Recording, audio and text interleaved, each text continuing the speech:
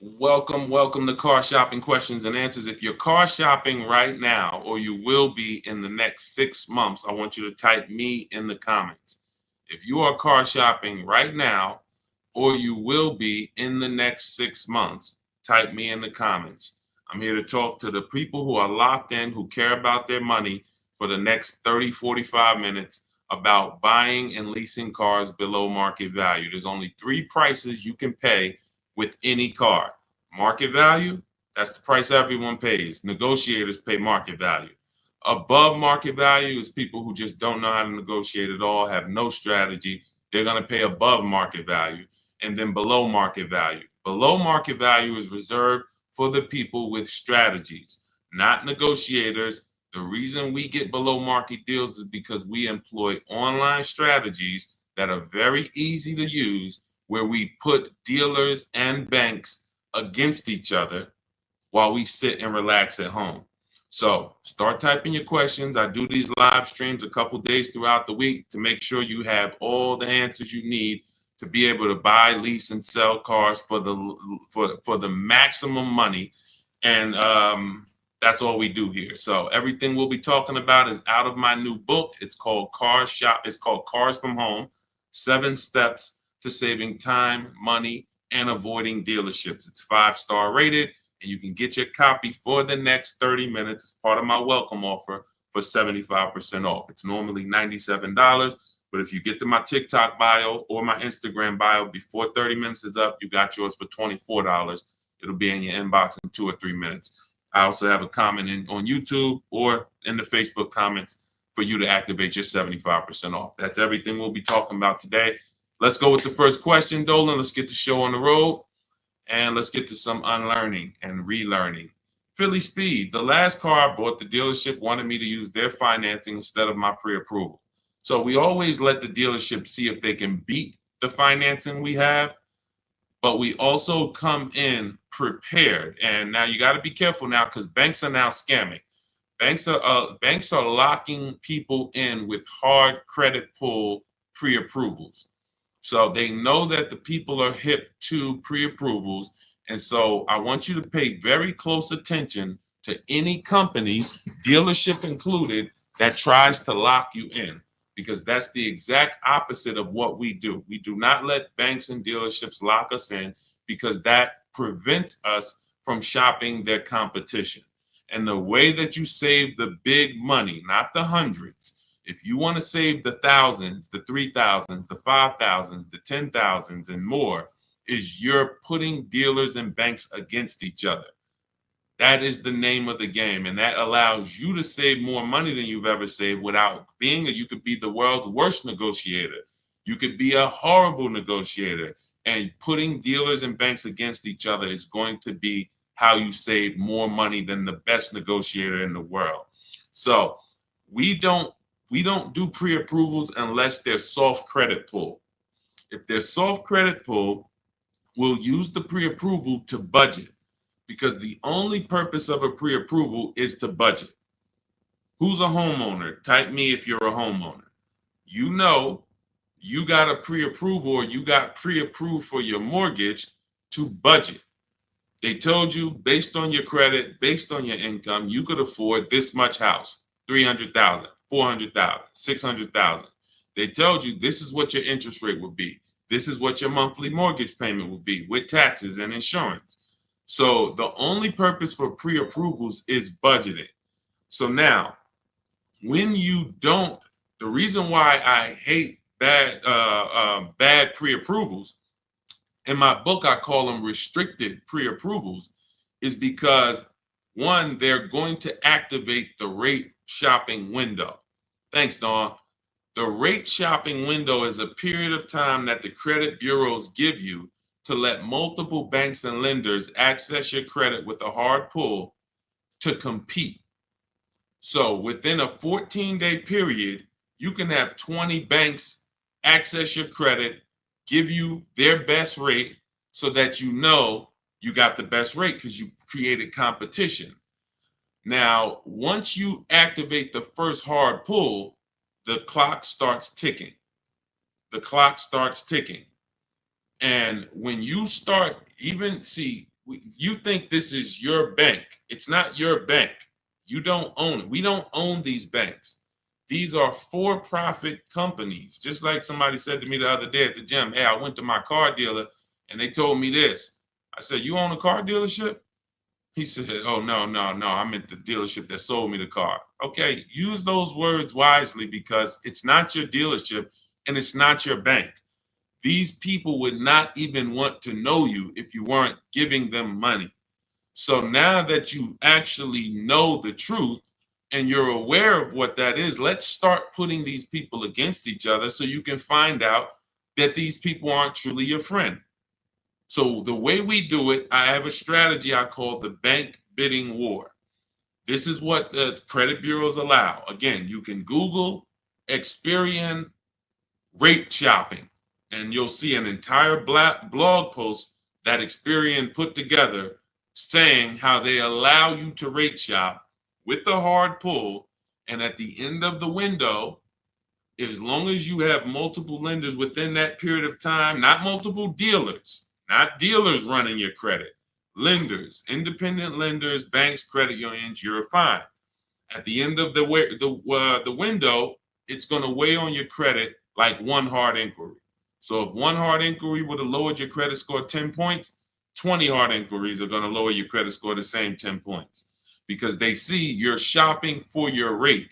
You don't get penalized for being diligent. You get rewarded because they know if you're shopping for your rate, you care about the $2,000 and $3,000 and $5,000 in your loan that you could save by getting the best interest rate. So we do this after we find our car, Philly Speed, because once we find our car, first of all, let me say this one thing. We separate who we buy our car from who we get our loan from. These two different people, because whoever wins the bid gets our loan. Whoever wins the bid gets to sell us a car. It's not the same person. It's not the same companies. What's up, Sheila? Good to see you, Sheila. So this is so once we find the dealer who's going to sell us the car, they win the bid, used car, new car. We now lock that car up with a deposit. Now we come home, we do all our rate shopping online, banks, credit unions, online lenders. I have resources in my book where you have online credit unions. Let all these people compete. Then we call the dealer and we see if they can beat it. This is how we guarantee that we're not paying 7.2% interest when we could have been paying 5.9% interest. We're not paying 6.9 when we could have been paying 5.19. That's big money. And I know you haven't been taught that. You've been taught, oh, let me just focus on this, my monthly payment. That's one of the worst things you could do is being a payment shopper. Being a payment shopper, hey, give me the $400 a month for this car. We got a deal. That is one of the, and in fact, that's the first video I made on TikTok that really introduced me to the world. Is the worst thing you could do in a car dealership. Just say, get me to this payment, we got a deal. Payments they can manipulate. $400 a month on a loan is 5 years, $20,000 on a regular loan. There could be $30,000 on a lease, $35,000 depending on the car. On a lease, could be $18,000, $15,000 with bad credit. $400 a month. There's so many ways to get this $400 a month. So you don't want to be mixing these things. You want to separate your loan shopping from your car shopping. And it's easy when you're paying cash. Cash buyers don't make these mistakes. Cash buyers still overpay. They don't get, unless they're bidding, but they don't make the mistake of mixing their payments and thinking, wow, just because I got a good monthly payment means I got a good price on the car. Absolutely not. You could have a great monthly payment, but you paid a terrible price for the car. Two totally different things. That's why we separate them. Go ahead, Dolan. I see a lot of questions coming in. Let's go. We'll keep more coming. Let's go. You ever had bad? Okay, let's go to the next question. I don't even know what that means. I don't even know what that means. Go ahead, Dolan. Next question. Maybe it was a typo.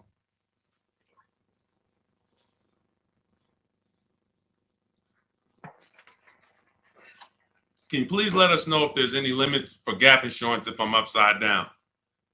It depends on on the coverage. You need to find out the coverage. There are gap insurance policies that I've heard of that didn't cover the entire shortfall. So, for example, if your vehicle is worth $25,000, but you owe $30,000, you're upside down. If your vehicle gets stolen and not found or totaled, you're going to owe money. And I've seen this happen so many times throughout the years because people didn't get gap insurance. They'll literally total their car. And then so now you got a horrible life event that happened. You got into a car accident, and then you get a bill. You get a bill, and people are like, wow, where did I get this bill from? And it's like, your car was only worth 25, but your loan was 30. So if you're driving around in a car that does not have, that's not worth what you owe, but you don't have gap insurance, you're exposed. Something happens to that car, not only are you going to lose the car, you got a bill coming to you. So what I always say is, you got to know when you're upside down. You got to know when to get gap insurance. And you also have to know you don't have to buy it from the dealership. You can call your insurance company, see if they sell it. You can Google insurance companies that sell gap. Usually you can find it for a cheaper price than what the dealership is going to charge. But some of the worst, it's insult to injury. It's not many things like losing your car and then getting a bill on top of that. That's almost as bad as like having a car that's breaking down and then you got to fix something on it, but you still have a car payment. So the car doesn't drive, transmission's out, but you still got to make a payment every month. It's like, those are two of the toughest things. So know when you need gap insurance. Don't skip that. That's not a smart decision at all. But then check the coverage too, because he's asking about coverage. Check how much coverage. Do you have $15,000 of coverage? When you get your gap insurance policy, ask how much is covered if, God forbid, the vehicle is totaled. Go ahead, Dolan. All right. Hey, what's up, MT? I'm in the market to lease my first Mercedes. I'm looking for an S580E. Make sure you get multiple offers. So let me give you an example of somebody who shops for a luxury car, gets multiple offers, and this was an electric BMW. Where's Teddy's deal? Teddy got a $73,000 BMW i4 M50. He got it for, he said he got 10 offers. Now, we use a process in my book, it's called the 25 to 5. When you're getting a new car or a lease, you're reaching out to new car dealerships. And the reason why the strategy is called the 25 to 5, because we're going to get 25, we're going to connect with 25 dealers online. Takes us 20 minutes. Using my email scripts, we're going to get 5 offers. So it's 25 connections, 5 offers, 25 to 5. Now, some people you'll see they've gotten more offers using the strategy. In Teddy's case, he said, I received 10 offers. I only used the scripts provided. Closed on a 2024 BMW, $73,000 MSRP, $856 a month. Now, here's what I always say, and Teddy is going to confirm this. When you properly shop multiple offers, you are going to see a wide range. If you shop the right way, your best offer should be $150 to $200 apart, at least that different. So your highest offer should be at least close to $200 apart from your best offer. And sometimes it's even more than that. So in Teddy's case, you can see the dealer's initial offer came at $937 using the counter offer calculator, which I have in my book. You get access to this calculator where we put all our offers in, and then it spits out the counter offers based on the best offer we received. He said I counted at $829. He came back at $856. That's where he closed the deal at. So $856, $73,000 vehicle. That's a 1.1% lease. The way you judge your leases is you divide the monthly payment into the total MSRP, and that gives you what the percentage is. So he got a 1.16% lease. But here's what's very important. My highest offer during this process from a different dealer was $1123. $1123, even after his counters. So when I tell you that 80% of dealers are overpriced, had he been inside that dealership that was $1123 trying to negotiate, it would not have mattered how great of a negotiator he was. The $1123 dealer is not coming down to $856 because the $1123 dealer is an 80% dealer. They're not going to sell the car if they can't make a certain amount of money. And that's what the 80% do. They'll discount and say that's the best we can do. They're not lying to you, but it's not the best their competition is willing to do. So if you're in a dealership that's an 80% dealer, this is why I said at the beginning of the stream, negotiators lose all the time. Great negotiators who don't use a bidding system lose all the time. I don't care if you're in sales, you say, Deshone, I've been in sales, I negotiate for a living. You lose all the time because there's no way for you to know the bottom of a vehicle. You don't know, is the bottom 7,000 off? Is it 3,000 off? Is it 15,000 off? What's the bottom? And the only way for you to know the bottom is to get multiple offers from multiple dealers and see the one who gives you the best offer. That's what confirms what the bottom is. So this is what you do. If you're talking about leasing an S580, this is what you do. You get multiple offers. On an S580 $100,000 car, you should see a $400 swing from your best offer to your worst offer. You might see $1,100 a month, and you might see $1,500 a month from one dealer. That is from a different dealer. That's how different it is. Now, if you want to call around and try to get the quotes yourself by the phone, you can do that. We don't do that. We use email because I believe that most people don't like talking to car dealerships. Believe it or not, there are some people who do, and God bless them. Go ahead, do your thing if that's you. Start calling around. But if you're like, you just want to be able to copy and paste and use emails, that is all in my digital book, Cars from Home, 7 Steps to Saving Time, Money, and Avoiding Dealerships. It's already 5-star rated. Thank you to everybody who's taken the time to write a review about the book. This is one that we got the other day. Marguerite, I started pulling these up. This book is a must if you're thinking of getting a new or used car. So much has changed in the process since I bought my car 40 years ago. Think of it as a workbook. Even though you finish the book, you'll refer back to it several times. This is another one that I snatched.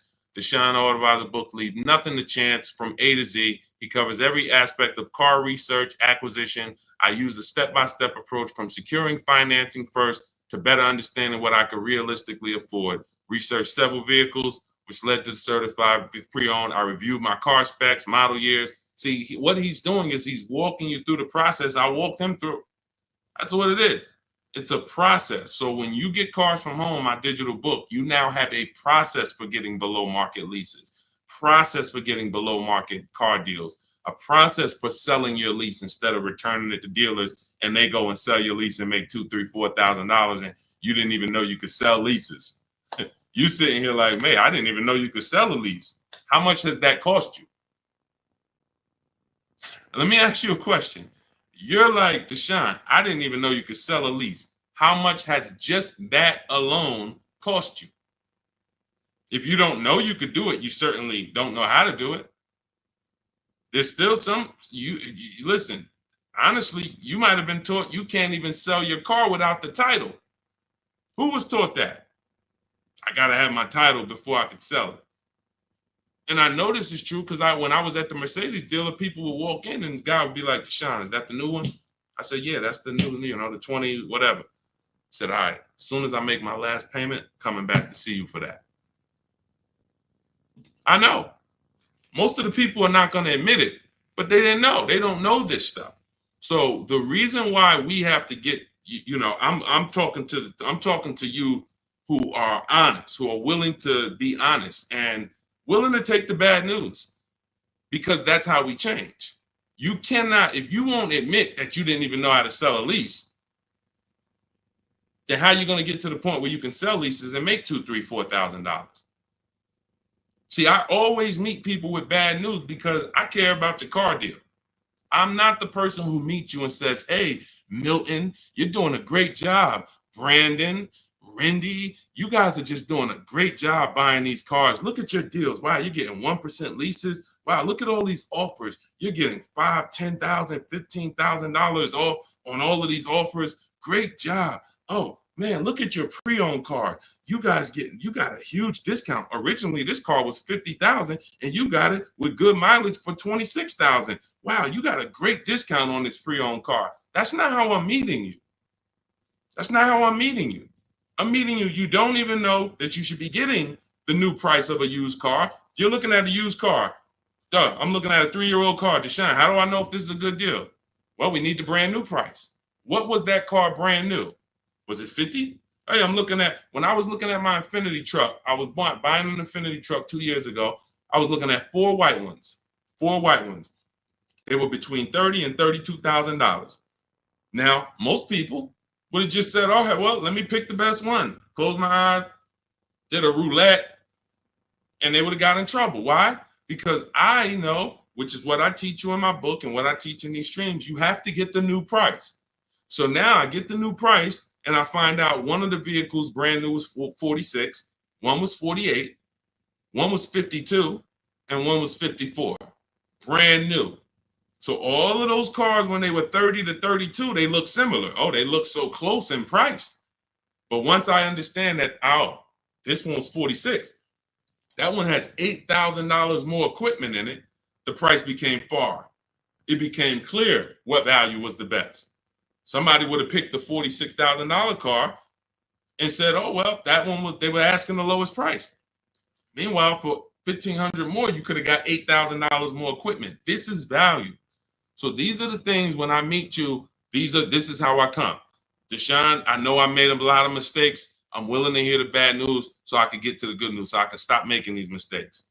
That's all we're here for. And if you could take that, then we're going to be fine. You're going to be just fine. I can help anyone get below market deals who's willing to unlearn. That's it. If you're willing to unlearn, you're good all day. Okay, so that's what you do, MT. Get bids, multiple bids. You need to get at least 5 bids for that Mercedes before you make a decision. Once you get the 5 bids, you'll have a clear winner.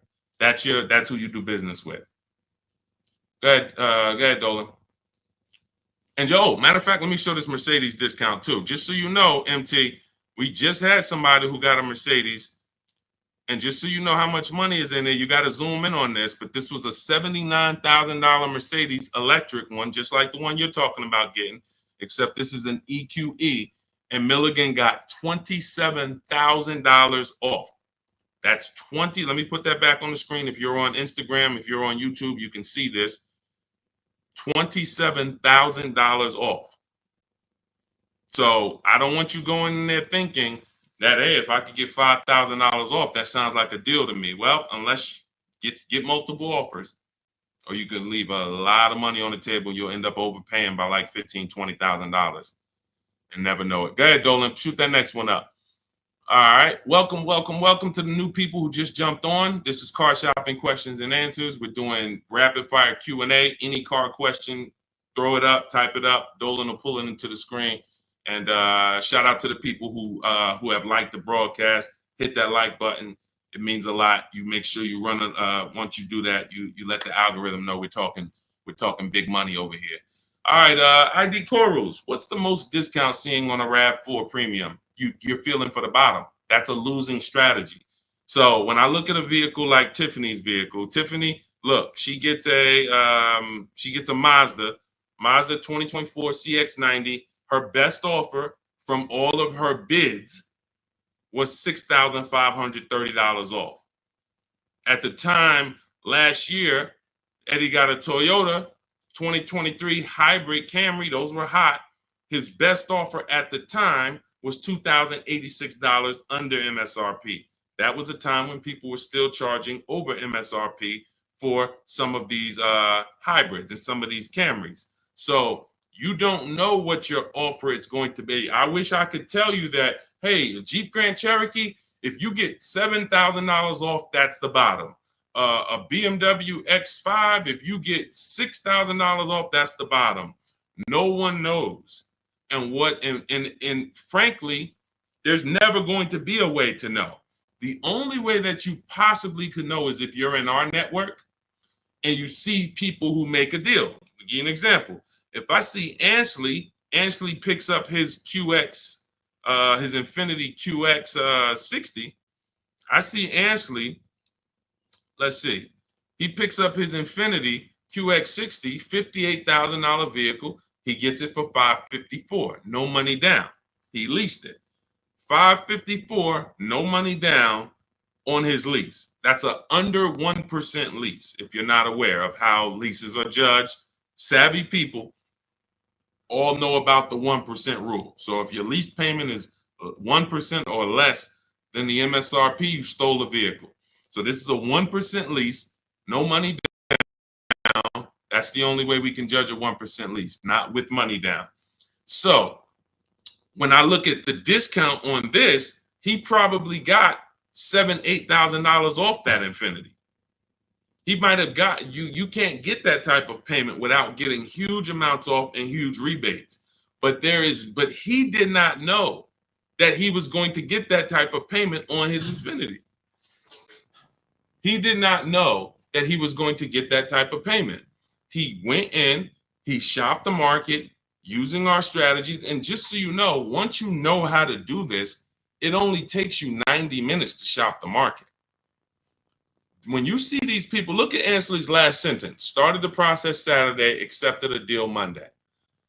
This doesn't take you, I'm not ever going to spend more than 2 hours car shopping to get a deal. Never. 90 minutes tops, I'm going to get a below market deal on anything. So when you look at the process of using a computer, this is what they're made for. See, the problem is you're just not using computers. You're not using the internet. You use the internet for Amazon, don't you? Don't you use the internet to shop competitively from Amazon, to go on websites when you need to buy something big? You're going to the internet. But when you need to buy something like a car, you're going to the dealership, not the internet. When every dealership in America has a website that you could be reaching out to them and making them compete. But no one knows what the below market deal is going to be, Cora. It's just ID corals. There's no way to know. We have people who, you saw Milligan, her below market deal was $27,000. It depends on the vehicle. That was an electric Mercedes. Sean's below market deal on a F-150 Lightning that he got was $20,000 off. Where's his deal? Look, Kimberly, she got a Maserati. That particular Maserati, the below market deal was $20,000 off. But as I said, Sean, $20,000 off. But Tiffany was $6,500 off. So when you see on the Mazda, so it's different for every vehicle. You have to understand that. And there's no way for you guys to know that. Unless you're in our group and then you see somebody get a car that you want and you're like, wow, if he just got 20 and he did that work, then I know the below market deal is 20. Let me go get it. But you still got to send your offers out. But there's no way to know. And when you try to guess, you get in trouble. That's what negotiators do. That's what negotiators do. They'd be like, all right, I feel like I got 7,000 off this. I think I did good. What if you could have got 12? What if you could have got 17? You're not doing good. All right, go ahead, Dolan. Absolutely applies to used cars. Our system in my book, somebody said, does this apply to used cars? Our system in my book is below market used cars, below market leases, and below market new car purchases. We also have the bank bidding war where we make banks and credit unions bid for our business instead of going and begging one bank to give us a loan. So we also sell leases and sell. So we run pretty much an organized bidding system for car buying and leasing.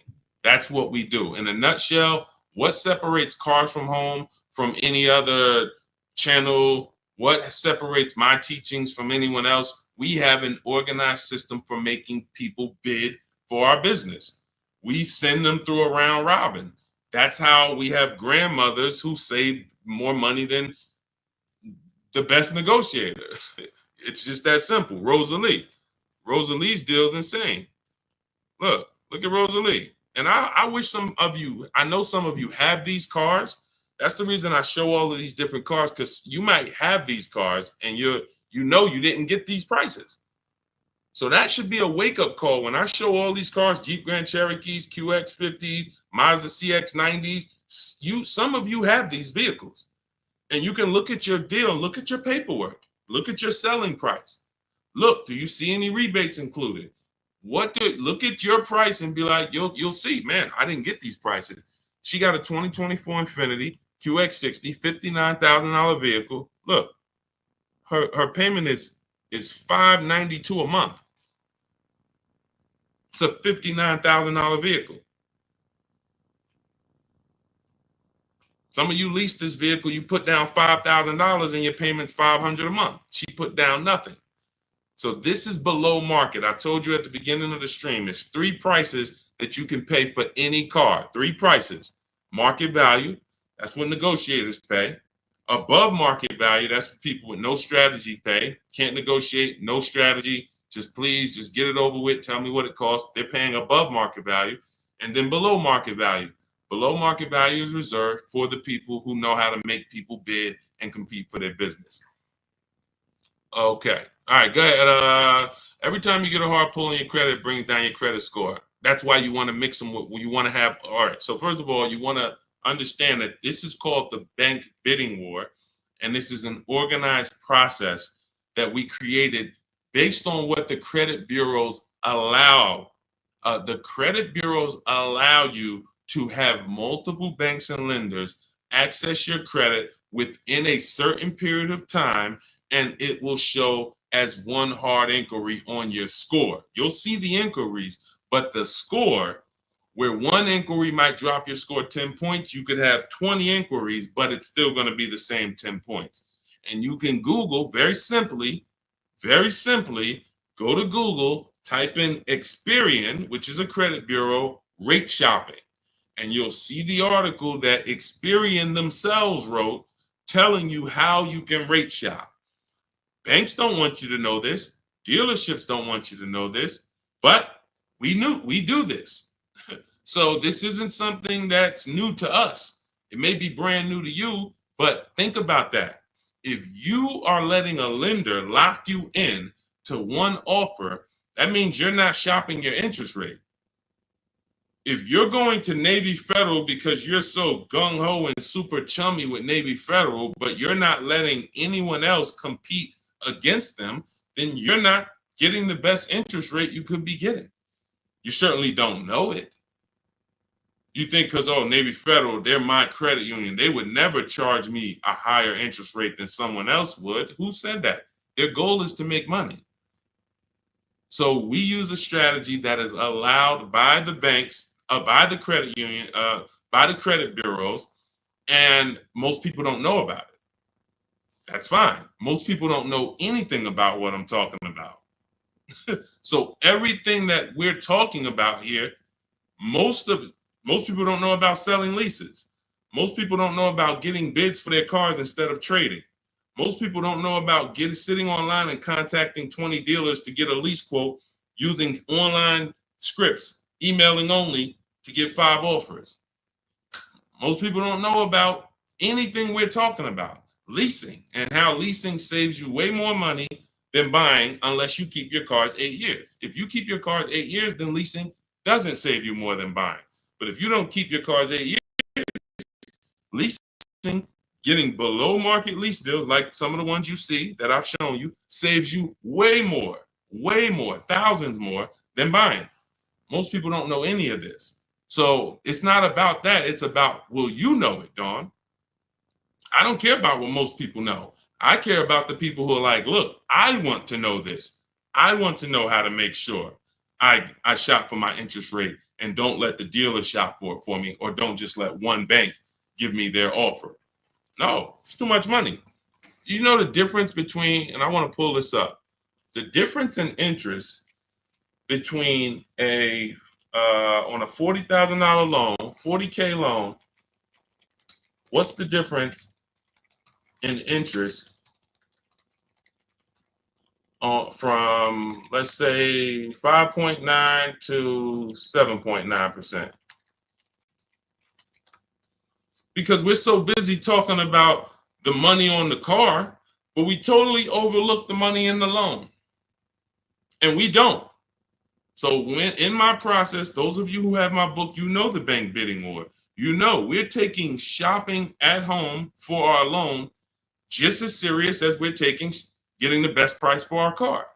So look, on a loan period, 5-year loan, interest paid on a 5.9%, 5.9%, hold on, interest paid at 5.9 is 15.8, difference is 4,000. Positive comparison and interest cost, $40,000 loan over 3 years and 5 years. $11,000 in interest? That can't be right. Interest paid is that can't be right. Hold on.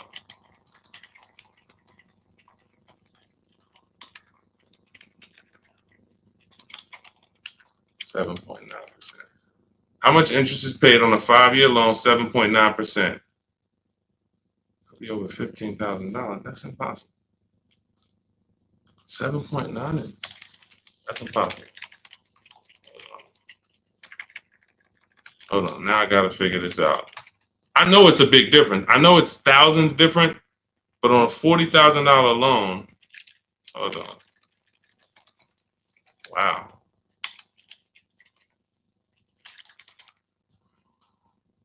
All right. So if I put in a $40,000 loan, 60 months, 7.9% interest, 0 down payment. Forget about sales tax. Let's see, calculate. All right. Principal, interest. Why is it not giving me? Here we go. Total loan interest is $8,500. Okay, that sounds more right. Okay, so on a $40,000 loan at 7.9, interest is $8,500. Now at 5.9, interest is $6,200. $6,200 versus $8,500. That is $2,300. $2,300 from 7.9 to 5.9. So when Navy Federal gives you a 7.9% rate and you're just like, oh, well, I guess I'll just take it. That's my credit union. And you're not shopping them. You're giving them money without even trying. And everything we do is quick, simple from home. But you need to understand how much money you have given to these banks and dealerships by just not making them compete. You're not just magically getting big money off and saving all this money. That's just not, it's too much money in car deals. Go ahead, Dolan.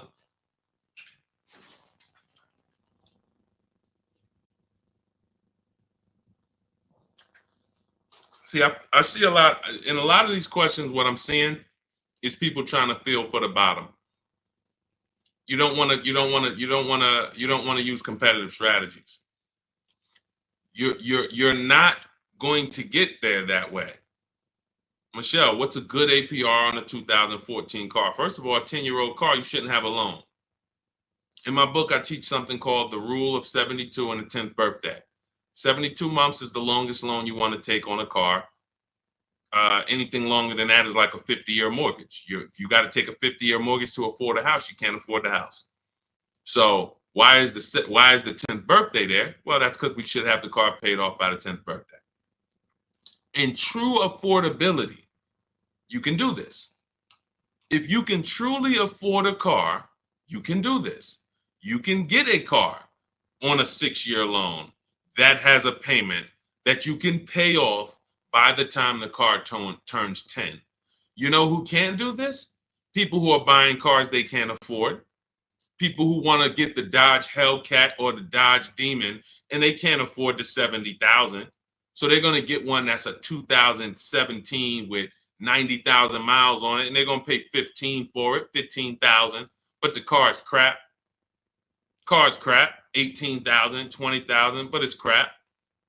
Cars hasn't been taken care of, and they're going to take out a 6-year loan on it. So they're going to take out a 6-year loan on a car that is already old with high mileage. I've seen this. I call this the repo recipe. Some of you may have seen the video that I made on the repo recipe. The repo recipe created the rule of 72 and the 10th birthday, where I started looking and saying, by far, the amount of people I see losing cars to repossessions are people with loans on older cars. They own loans on older cars that instead of getting a nice, smaller, maybe less socially impressive used car, they want to get something that looks better, has more amenities to them, as more in a class of luxury. all right, Deshaun, I could get this 2015 BMW. It's it has 90,000 miles on it. They only asking 14 grand. It's a horrible decision unless you can pay cash, because all you're doing is investing in a car for 5-6 years with payments that is already due for repairs. At 10 years old, the car you're asking about, Michelle, is already due for repairs. This is the age of the car. This is the age of the life cycle of the car where repairs should be normal. 10 years old, the car should be paid off. And every 2 years, you go to your mechanic. Hey, what does it need? They say, okay, hey, you got to put 1,000 into it. You got to put 800 into it. No problem. Here you go. Let me keep my car running. That's the age of repairs. But when you're starting a fresh loan on a car that is in the age of repairs, this is what I call the setup for the repo recipe, because you're going to now get this payment, $400 a month, $300 a month, $500 a month, whatever it is, and you now have a surprise. Hey, car's breaking down. Hey, what's this light flashing on my dashboard? Hey, what's this going on? What's this sound I'm hearing in the back? That's because you bought a car that is in the age of repair and you just bought it like it wasn't. See, if you drop cash on it, 15 grand, I don't got no problem with that. Because now you're going to say, all right, Deshaun, I bought an older car, paid it off, but I'm going to put some money to the side just in case things go wrong. Perfect. But when you're making your car payment and you're paying your insurance and you're putting gas in the car and you have to do an oil change, and then something breaks and it costs you $2,000, you're gonna see the repo recipe, because you're gonna be like, wow. And God forbid something major happens, like the transmission goes, or a head gasket goes, or the engine goes. Oh, forget it. Now you're sitting there with a $400 payment on a 10-year-old car that literally you still owe $16,000 on, and it doesn't even drive. You need an engine. Happens all the time. I've been seeing it happen since 2006 when I got in the car business. And what's the reason? Older cars, long loans. Let's get these older cars, instead of being frugal and saying, all right, I could afford $300 a month. Let me go get an inexpensive, smaller used car that I can get something that's 5 or 6 years old, where it'll take care of me. It's not going to have all the bells and whistles because I don't have the budget for that, but it is going to be dependable. It is going to get me from point A to point B. It will allow me, it won't surprise me.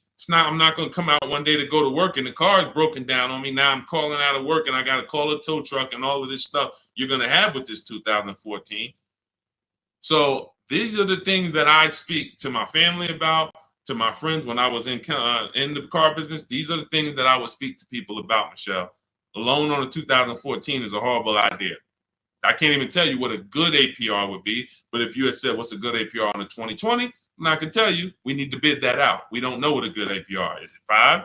Is it 4.9? Do they have a special interest rate, 1.9? What's the best we're going to get? We're going to put it through a bank bidding war process, and we'll see.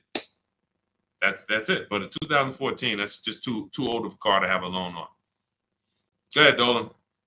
Everything I'm teaching is inside my new digital book. If you want the entire blueprint of everything that people like Pierre have used, people like Zafrina have used to get these below market deals, Teddy, people like Jared, look, Greg, some of you know Greg, he got his EV6 Kia, $56,000 vehicle, $527 a month. Everything that these guys have used and girls have used to get these below market deals is in my new digital book. And you can have it for 75% off. That's my welcome offer, but it's only for 30 minutes. After 30 minutes, it goes back up to $97. So if you want yours for $24, head to my TikTok bio now or my Instagram bio, click the website link there, and then click the button that says 75% off new book. Get there before the timer so you can get your $24 book instead of a $97 book, even though it's worth it at $97. And if you're on YouTube, I have a comment for you, a link for you in the chat, and then I have a link for you guys on Facebook. But that's for those who want the blueprint. It'll be there. And make sure when you get your book, you screenshot the thank you page, because it has my support team's email on there, just in case you type your email wrong. Want to make sure you can reach out to support to get your book. Go ahead, Dolan. Does your book go into detail about cash purchases? Cash is simple. It's just simple. You're using one step of the bidding process. If you don't have a car to replace, then you're using one step. If you have a car to replace, then you still be doing the equity assessment to sell your old car.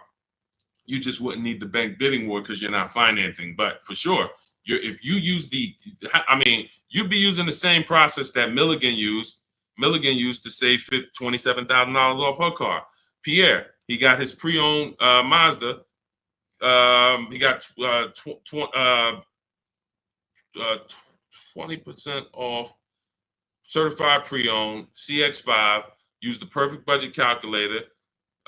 Spotted this best deal of similar listings, and then he knows how to get the original price to make sure that he got the biggest discount from the new version. Somebody like Vincent. Vincent gets a Lincoln. He wanted to get what I like about Vincent is he got more discount than he went in to get. I can't even see all of these people. Here we go. Vincent, he said, I bought a 3-year-old Lincoln Corsair, under 45,000 miles. He targeted to get 30 to 35% off original MSRP using the multiple marketplace strategy in my book. He got a 43% off MSRP, original MSRP. See, that original MSRP, that's different language. That's language that you should be using when you buy a pre-owned car. There's no pre-owned car that you should be buying from this day forward, and the original MSRP is not in your language. It just makes no sense. How do you know what the price is if the price you're paying is good or not?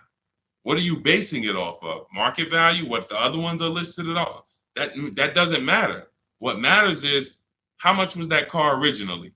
60,000? Okay, now they're offering it for 30. It's 50% off. How much was this car originally? 52? Now they're offering it for 30. Okay, what's the better discount? That's what matters with a used car when it comes to getting the best price. Now, that has nothing to do with getting a quality car. We have different steps we take to get a quality car. You have to check the Carfax. You have to look at the title. We don't want salvage title. We don't want frame damage. We don't want rebuilt titles. We don't want rentals. So you're checking the title. We're looking at accident history. We're looking at service records. We're checking to make sure that there's no bad data on that vehicle. It doesn't have electric problems, doesn't have software problems. We do all of this in literally 15 minutes. That's our steps for making sure we don't get a bad used car. But when it comes to pricing, you must know the original MSRP, or you can't. Nothing else matters when it comes to used car pricing. So that's all in my new book. Grab your copy. You'll have the entire blueprint for how we do this. Go ahead, Dolan.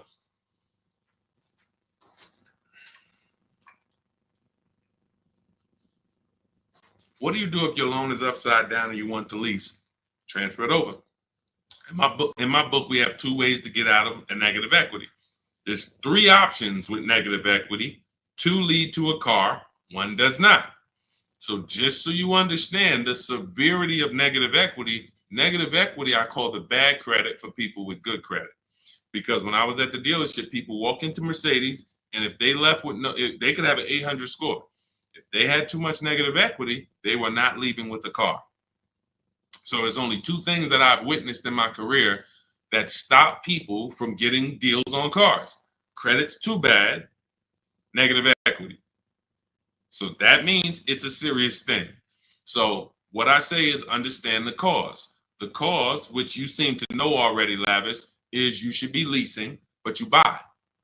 That's why Lavis is asking about going from a negative equity deal to a lease, because the taking out 5-year, 6-year loans is what you do. Then you go and you replace those cars in 2 or 3 or 4 years. You have negative equity.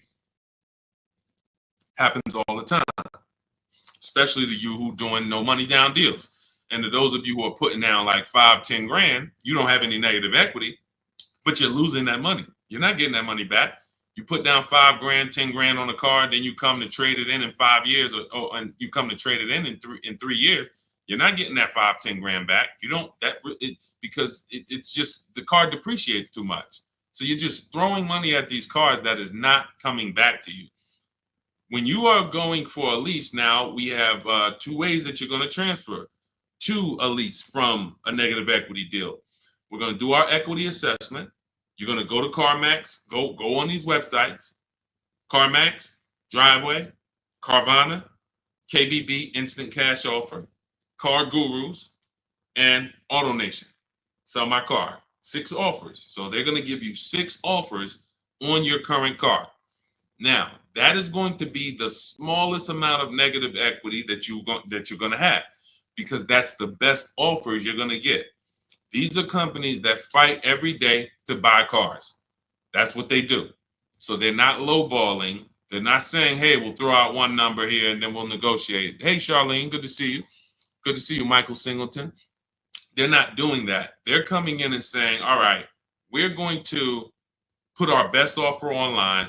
And then when we inspect the car, if there was something that you didn't tell us about the car, if there was something that you left out, we're going to need to deduct that when we inspect it.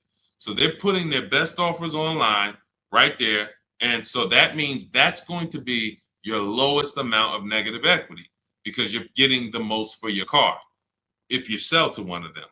So let's say your highest offer comes from a Car Guru's dealer who wants to buy your car for $19,000. Let's say you owe 21. You owe 21, they want to buy it for 19. Hey, Steve Long, what's going on? Good to see you. What should you do? You should pay the difference, because when you pay the difference, you're closing the deal with the least amount of negative equity. That's what you want.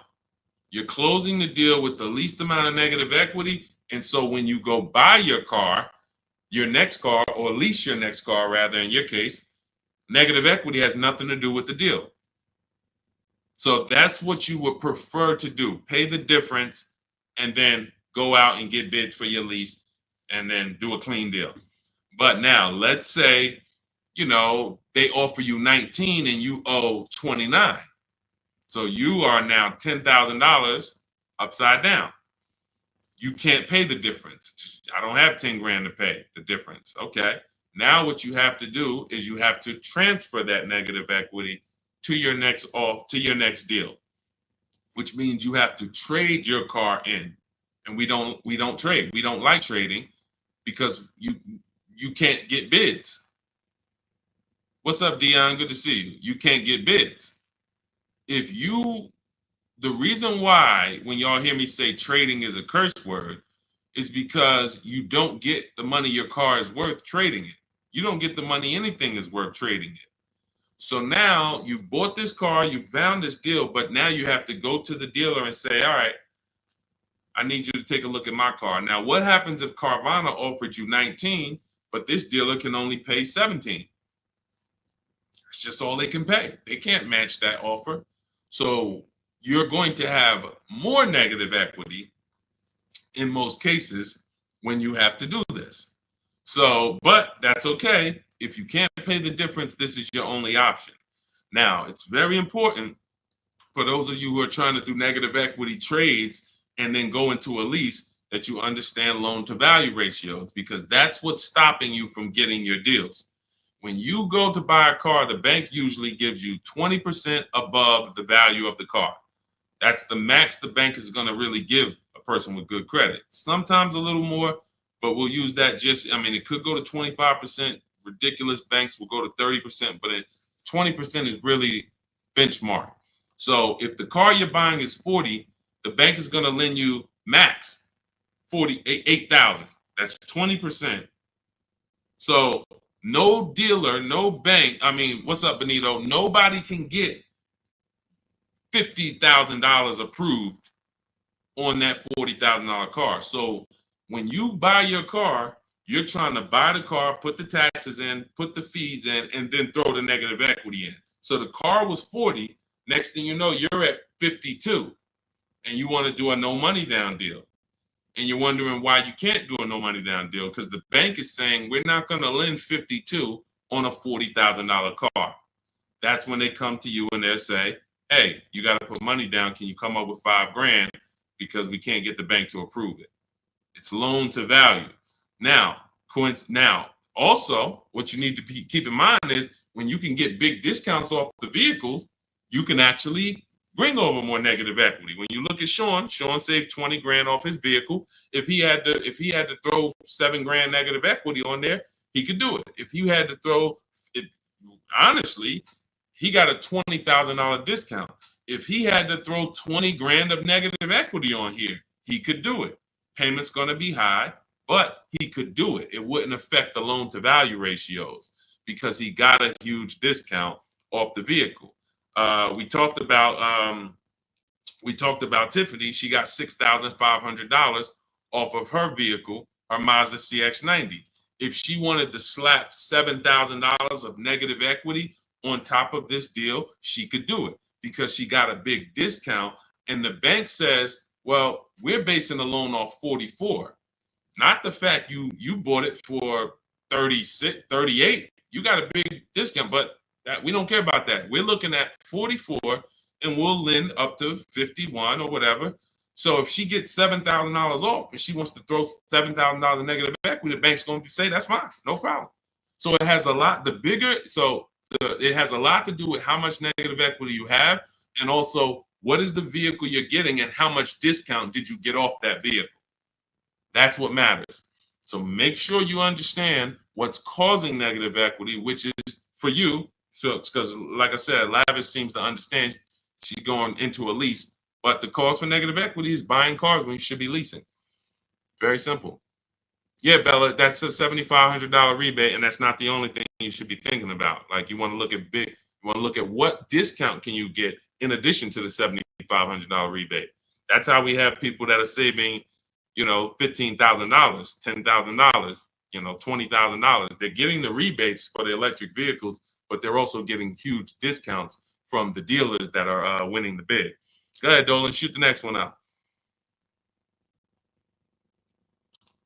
Okay, all of this is in my new digital book. It's called Cars from Home, 7 Steps to Saving Time, Money, and Avoiding Dealerships. This is the blueprint. This is 14 years of car business experience with Mercedes, with General Motors, and running my own brokerage and teaching thousands of people online how to get these below market deals and using a system. We don't wing it. It's not an accident. It's not like, oh, I hope this works. This is a particular set of things you do online to make dealers and banks bid, and success is guaranteed. If you trust my process and forget about your old way of no process, you will be fine. The success is guaranteed. So as part of my welcome offer, you can get the book for 75% off. It's normally $97 because it's worth every penny. I didn't want to price the book like it was a regular book because it's not. So it's normally $97, but for 30 minutes, you can get your copy for 75% off as long as you get to my TikTok bio, click the picture of me before 30 minutes is up. The welcome offer is only 30 minutes, then the price goes back up to $97. So you can go to my TikTok bio, go to my Instagram bio, click the website. You can go to the comment section on YouTube or the comment section on Facebook. Click the link and get your 75% off. But make sure when you get your book, you screenshot the thank you page, because it has the link right there to open the book. And then I also email you a copy, but sometimes you'll type your email in incorrectly and we can't email it. So you'll have my support team's email just in case. Is Capital One a good option to finance a car? We get bids.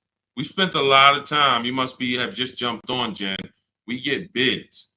There is no bank that is giving you the lowest rate. If a bank always gave you the lowest rate, they would be out of business. So when we consider what lenders, why do you think there's people in the money business? There are people in the money business. They don't care if you buy a car. I see you, Genome Hamilton. We'll get to you. Get that question from Genome on Facebook, Dolan, next. So why do you think there's people who are in the loan business? They don't sell cars. Banks don't sell cars, they sell money. So when you just see the overpaying, I told you guys, it's 3 prices you can pay for anything you get: market value, above market value, below market value. That means you can get a market value loan. That's the average. You can get an above market value loan, which is above average, 2-3 points higher than what you could have got just because you were lazy. Now you're paying not 8.2%, but you should have been paying 5.7%. But you just didn't bother. You just said, okay, I guess this is it. But below market deals come from competitive offers called bids. So when you are when Capital One should be a bank that you get a bid from, Navy Federal, Bank of America, Community Credit Union, Lightstream, everyone and anyone should be in the bank bidding war, because the more the better. So when you get my book, you get the bank bidding war blueprint. For those, every time you're going to finance a car, you would use that process to make banks and credit unions bid for your business, so that you guarantee you got the lowest rate. You don't drive off hoping you got the lowest rate when you didn't even make anyone shop. How would you have the lowest rate? There was no competition. We cannot get money off when there's no competition. The big money, the thousands of dollars off that you're seeing, is reserved for competition. This is reserved for people who make people compete for their business. That's what the big money is reserved for. Look, 4 days of leasing like a boss. Started with a Kia Telluride EX. That was my first choice. 15,000 mile a year lease, range from 642 to 753. Moved to Honda Pilot EX. All-wheel drive is choice B. Got quotes between 616 and 719 after contacting every dealer in North Carolina. We do this totally online, so Melissa's talking about the entire online process. The dealer I ended up leasing from originally quoted me 719, came down to 616 in 3 days, 0 at signing, 0.13% lease. This is what it's about. Competition. She knows she got the best price. You can't go to her and be like, Melissa, you think you could have did a little better? She's going to be like, look at all the offers I got. Do you think I could have did better? You're going to look and say, no way. See, competition is what gives you the peace of mind. Every time you buy a car, why don't you have peace of mind? Why are you driving away hoping? Driving away, oh man, you think we did all right? Should we have gotten tried to get more for the trade in? Shoot, we ended up putting 3,000 down. We only wanted to put 1,500 down. This is how you're leaving the dealership. Why? Because you're not making people compete. So when you're not making people compete, you're begging for discounts. And you have no leverage to be able to compare to even know that you got the best price. You have nothing to compare it to. So when people come on the stream and they're like, hey, Deshone, I'm paying $519 a month for this car. Is that a good deal? You have nothing to compare it to. Hey, I got a 2019 Mazda 3 for $17,000. Is that a good deal? You have nothing to compare it to. But if you had seen 7 Mazda 3s and then the one you got, it was originally, $31,000, but you paid, $17,000 for it. You know this. And this stuff is simple. This isn't building rocket ships. But this is reserved for the people who care about their finances. Everyone doesn't invest. Everyone doesn't save. Everyone doesn't, take financial literacy seriously in any way. But there are opportunities that flash past all of us where we can absolutely benefit from learning things that other people don't know. If you learn how to invest in stocks better than other people, you're going to do better than other people. If you learn how to get cars less than other people, you're going to get less than other people. This is not by accident. But you got to focus. This is your second most expensive purchase. So this is only for the people who are focused. This is for you. The blueprint, everything, my book, anything I do, the streams. The streams aren't for distracted people.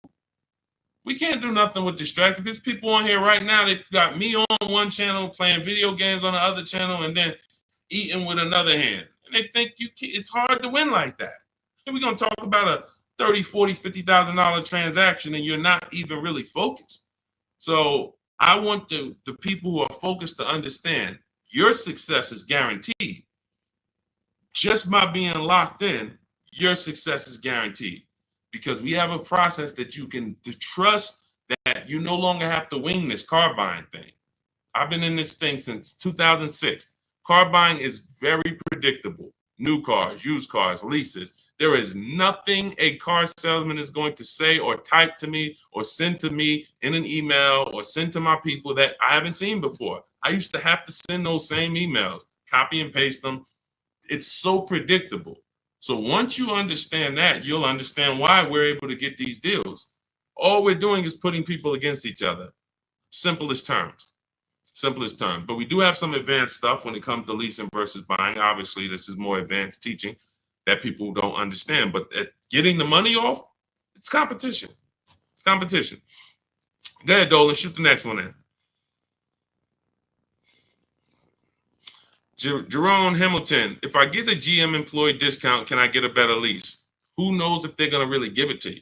See, the problem is when you walk in and say, hey, I got a General Motors discount. All right, here, let me work you up these numbers. All right, it's $601 a month with $2,000 down. Oh, that's the GM price? Yeah, that's the GM price. How do you know that? How do you know the GM price? How do you know it's not $3,000 in rebates that I'm holding back? How do you know it's not $3,000 in rebates and I'm only giving you $1,000 of it? Here, hey, I also we have $1,000 rebate. I also put in there for you. Oh yeah, you did with the GM pricing? Yep. You don't know. You don't know. So no matter whether we get X plan, GM deal, Mercedes fleet, does not matter. Multiple offers, because when you get multiple offers, what you're going to see is that some people are not going to give you the GM discount. And some people are not going to give you the rebates. They're just not going to do it. It's in their DNA. An 80% dealer is going to try to make everything they can make. I'm not giving this guy the $2,000 rebate. Wow, come on, I'll sell his car to somebody else. So now you're going to deal with an 80% dealer and hope you can get a deal. No. Once you see the 20% that says, here's your GM discount, and here's a $3,000 rebate, and here's the price. And then you compare it to the others, you're going to see, oh, those guys were trying to get over on me. Of course, that's what they do. That's what they do. 100%. Go ahead, Dolan. We always get bids. Doesn't matter. You can't trust anybody to give you a price and give you all the rebates and give you the hidden money like they're your friend. That's just not going to happen. If they rather make the $5,000 themselves, why am I volunteering money that you're not even asking for? You came in and you asked for a GM discount. I'm giving that to you, maybe. But you didn't ask me about these rebates. You didn't ask me about, I don't need to volunteer this. This is how they look at it. So many times you get in there, you go, oh, give me the invoice price. Can you give me the invoice price? We got a deal. Man, if half these people that I've shown you on this stream had accepted invoice price, they'd be looking at these prices that they paid and saying, why the heck did I pay that price? Invoice price means nothing. What if you got a $7,000 rebate, $15,000 rebate on some of these vehicles? What if you got a $4,000 rebate? Invoice price has nothing to do with rebates. So now, all right, I'll take off $2,500 to get you the invoice, but what about, that's it? You happy with that? Yeah, that's all I want. My father told me get the invoice price and I got a good deal. All right, your father was sadly misinformed. Unfortunately, thank you. I'm gonna take a vacation on this commission that we just made $7,000 on you. My cut is probably $1,200. I got a nice pay. Thank you. Thanks to your dad too. It's a good guy. Good guy. Keep following his advice. This is how it goes. Unfortunately, these people are not your friends. And as a former car salesman, I keep it straight. I keep it straight because unfortunately, most people on here, you just I'm going to my car dealer. These people are not your friends. You invite Charlie over to barbecues. Charlie is my friend. He's been selling me cars for 20 years. Sold my dad cars. Once you start making him compete, next time you buy a car, lease a car, say, hey, Charlie, look, I'm going to get a number from you, but I'm also going to get numbers from a couple other dealers. Hey, what you mean? Watch Charlie get mad. Watch Charlie get mad. What you mean? What, you don't trust me? I've been doing business with you for 20, 30 years. Yeah, but I want you to actually, I just want to, this guy Deshone told me I need to shop around, always make sure, because it's a lot of money I could be leaving on the table. Oh, man, come on, man. See, that's a person that never wanted to compete. He would rather come to your barbecues, be friends with you so that you don't make him compete. Because the minute you start making dealers compete, you're going to see how much money you've been losing. That's the only way. It's the only way. You start making these dealers compete, you're going to see, dang, I've been overpaying. Some people right now getting phone calls right now. Hey, come on in. We're going to upgrade your lease. Good news. We're going to keep your payment around the same price. Who's getting these phone calls? Who's getting these phone calls? Good news. I can get you out of your lease right now and get you into a new lease about the same payment. Who's getting those phone calls? Who's getting those phone calls? I ain't been on since 5 a.m. KD. Chill out, bro. Chill out. Who's getting those phone calls? Right? Hey, come on in. I could get good news. I could get you in the brand new 2025. You don't even have to you don't even have to put no money down. Come on in, right? All of that, right? Everybody's getting those calls. Why? Because 2022 and 2021, they overcharged you and your payment is so high, even though deals are a whole lot better. They were better back then, but they put you in a high deal back then. Now what they're trying to do is keep you in that high deal, hoping you're used to it. And they want you to think that's normal. They want you to think, hey, Mr. Hayes, yes, you've been paying $750 a month since 2022. Good news. The market is all bad. The market's bad, right? Oh, yeah, I'm hearing that. Thank you. Thank you. I'm glad you're aware. Now, see, you say stuff, you don't even realize you say stuff that helps them make more money. That's why we don't talk in my system. There's no talking. But when you say, a lot of my friends been saying, man, these prices have been high. I don't even know if they ever going to come down. Yes, thank you. You're right. You're so right. We say the same thing in here every day, Mr. Hayes. But the good news is this. I can actually get you in a new vehicle and keep your payment around the same price as your old 2022. Oh, yeah, you can do that? Yeah. Man, well, I really like to come down. Yeah, but listen, things have not, interest rates are high, right? Have you been following interest rates? Yeah, I have been seeing that they're high and they've been high for a minute. Yeah, so that's all affecting the prices we can offer now. But, normally your price will go up by about $120. Normally you go into the 2025, but, I see you bought a car in the past and I was able to pull some strings, work with my manager, and we can get you on a new one, keep your price around the same. Okay, all right. When can I see it? Come on down. When can it come down? That price should be dropping from $750 to like $520 because the market is entirely different. There's been great deals out here since the daggone pandemic. It's been great deals. During the pandemic, we helped Bonita. Bonita got her Telluride. She got it for $600 a month during the pandemic. That's why I always show her deals. $600 a month. People are leasing these for $800 a month, $900 a month during the pandemic. This was 2022 when people were leaving out of the dealerships with axes in their heads.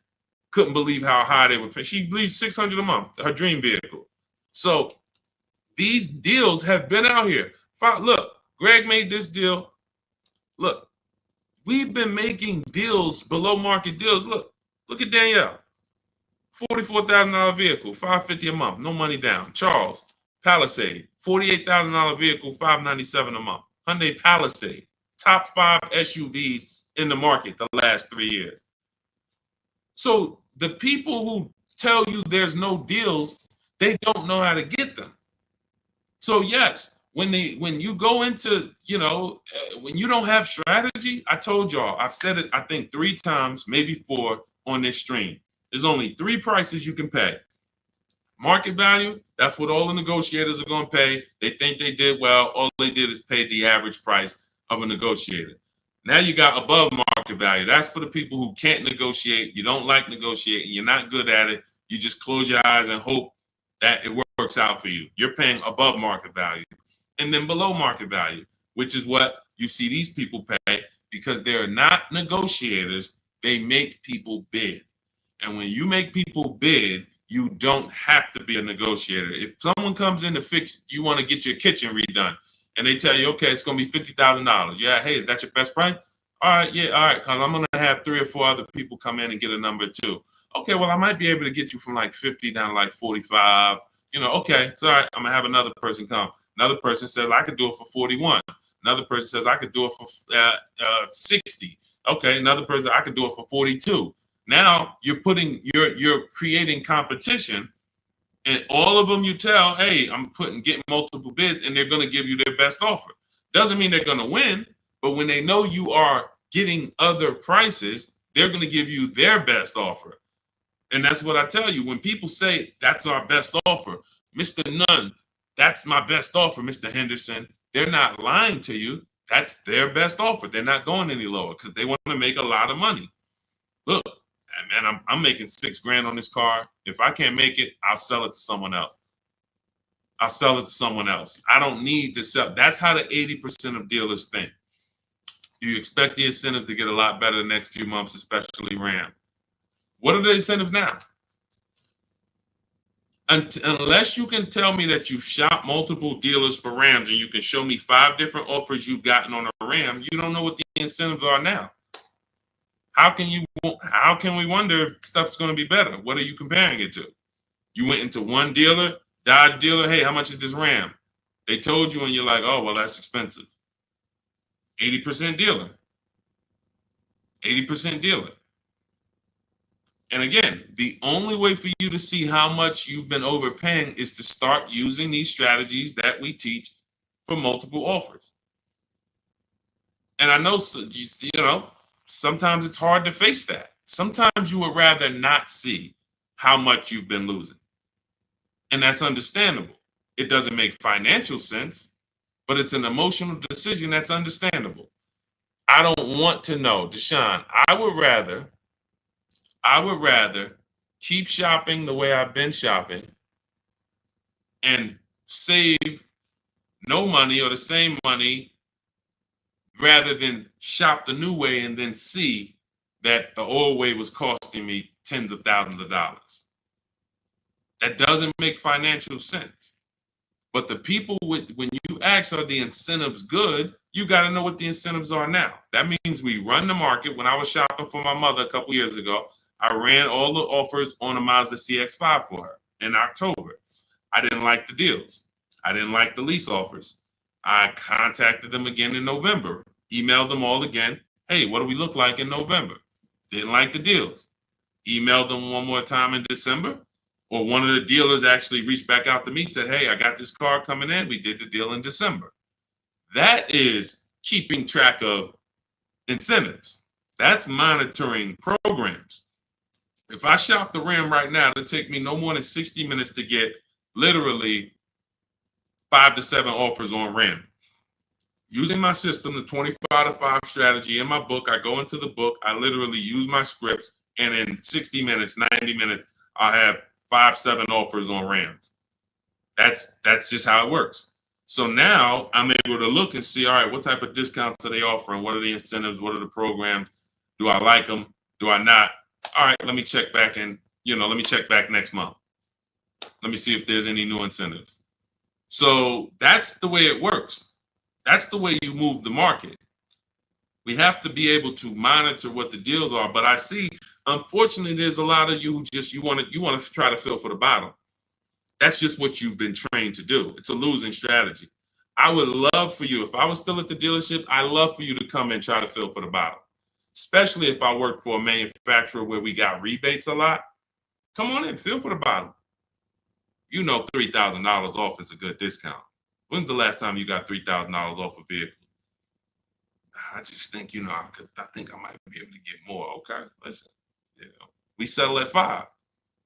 You don't know I had a $5,000 rebate, so you're just not going to know. So you can sit here and feel for the bottom all you want. It's not going to work. You're still going to leave wondering, hoping it's a losing battle. That's why I'm trying to tell you, stop doing it. Stop doing it.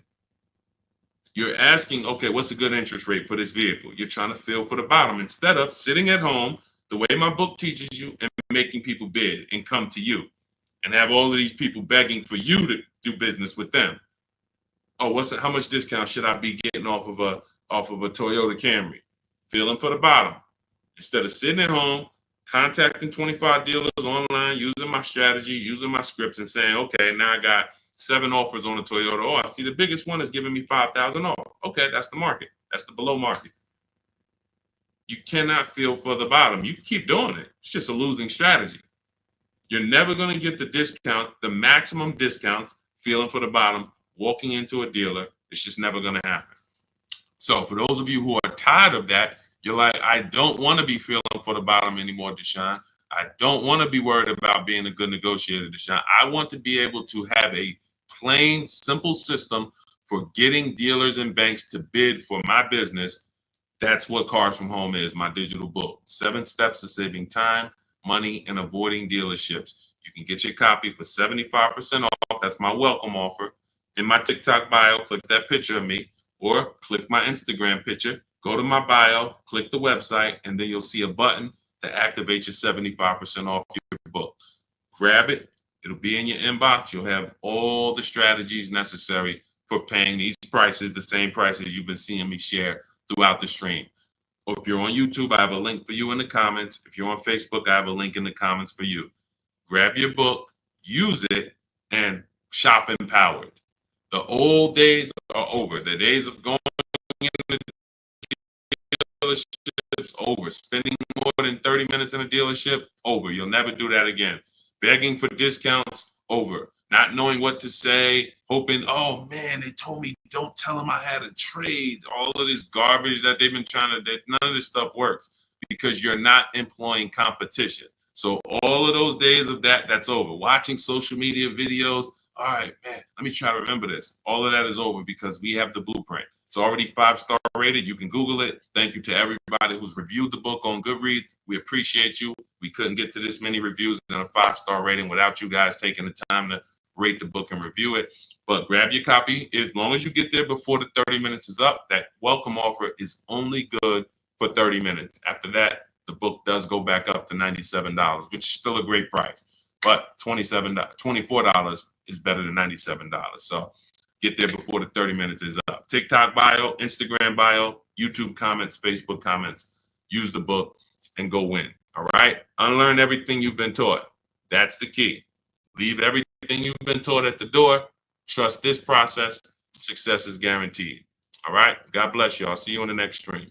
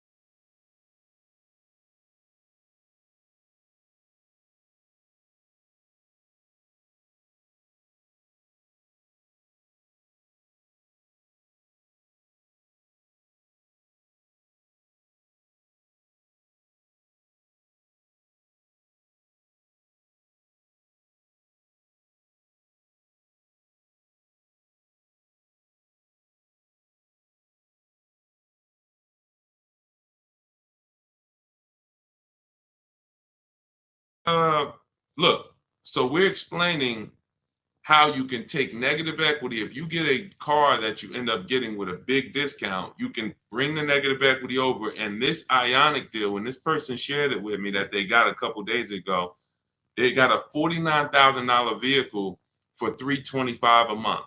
Using these systems, using what you're going to learn. But here's the thing. Let's say she had $7,000 of negative equity now. She could literally take that $7,000 into this 2-year lease. That her payment's only going to go up $291. There'll be some tax there, so let's just say it'll go up another $310, and we add that to our first $300. So her payment's $610. Normally, getting a $49,000 car, bringing $7,000 of negative equity over does not equal a $600 payment. That's a $1,100 payment. That's a $1,200 payment. But if you get the right car where you can get tons of money off. And right now, leasing some of these electric cars, as long as you know how to get these $15,000, $20,000 discounts off of them and lease them, this is a brilliant way to get out of negative equity, because once these electric car rebates and these electric car discounts go away, the market's very soft on these cars. Once they go away, we're not going to be able to move negative equity over to these leases and make it make sense the way it's making sense now. But for now, huge opportunity. That's what I will be doing. Driving an electric car for 2 or 3 years, taking the huge discount that I'll get from shopping around, and then bringing my negative equity over. And then once the lease is done, you have no more negative equity. You do a fresh deal, and you never have negative equity again. Just make sure when you lease, you get the mileage you need. Alexis Owens, welcome to the group. I see you just follow. Andre Guest, thanks for sharing. Shout out to the sharers. And shout out to the people who tap the screen. Every time y'all tap the screen, watch the likes go up. So if you hear something that you like, you're enjoying it, just start double tapping the screen. Y'all will keep running the likes up. So keep typing your questions in. We're live. Dolan, can you bring some of these questions? I don't know if you had time yet to get some of these questions we got on TikTok. Jason Davis, good to see you. Moni Love. Yes, I actually told Moni Love. She asked, do I provide broker services? I don't do broker services. I do something, in my opinion, we do it better, because a broker still is going to shop, and you're never going to know what their best deal really is. Brokers make a lot of money. I'm in New Jersey, where there's a lot of brokers. There's a lot of brokers in New York, and brokers make a lot of money, and they basically do it based on trust. If I have your trust and I got the ability to control your entire car deal from start to finish, I have the ability to control where you buy your car from,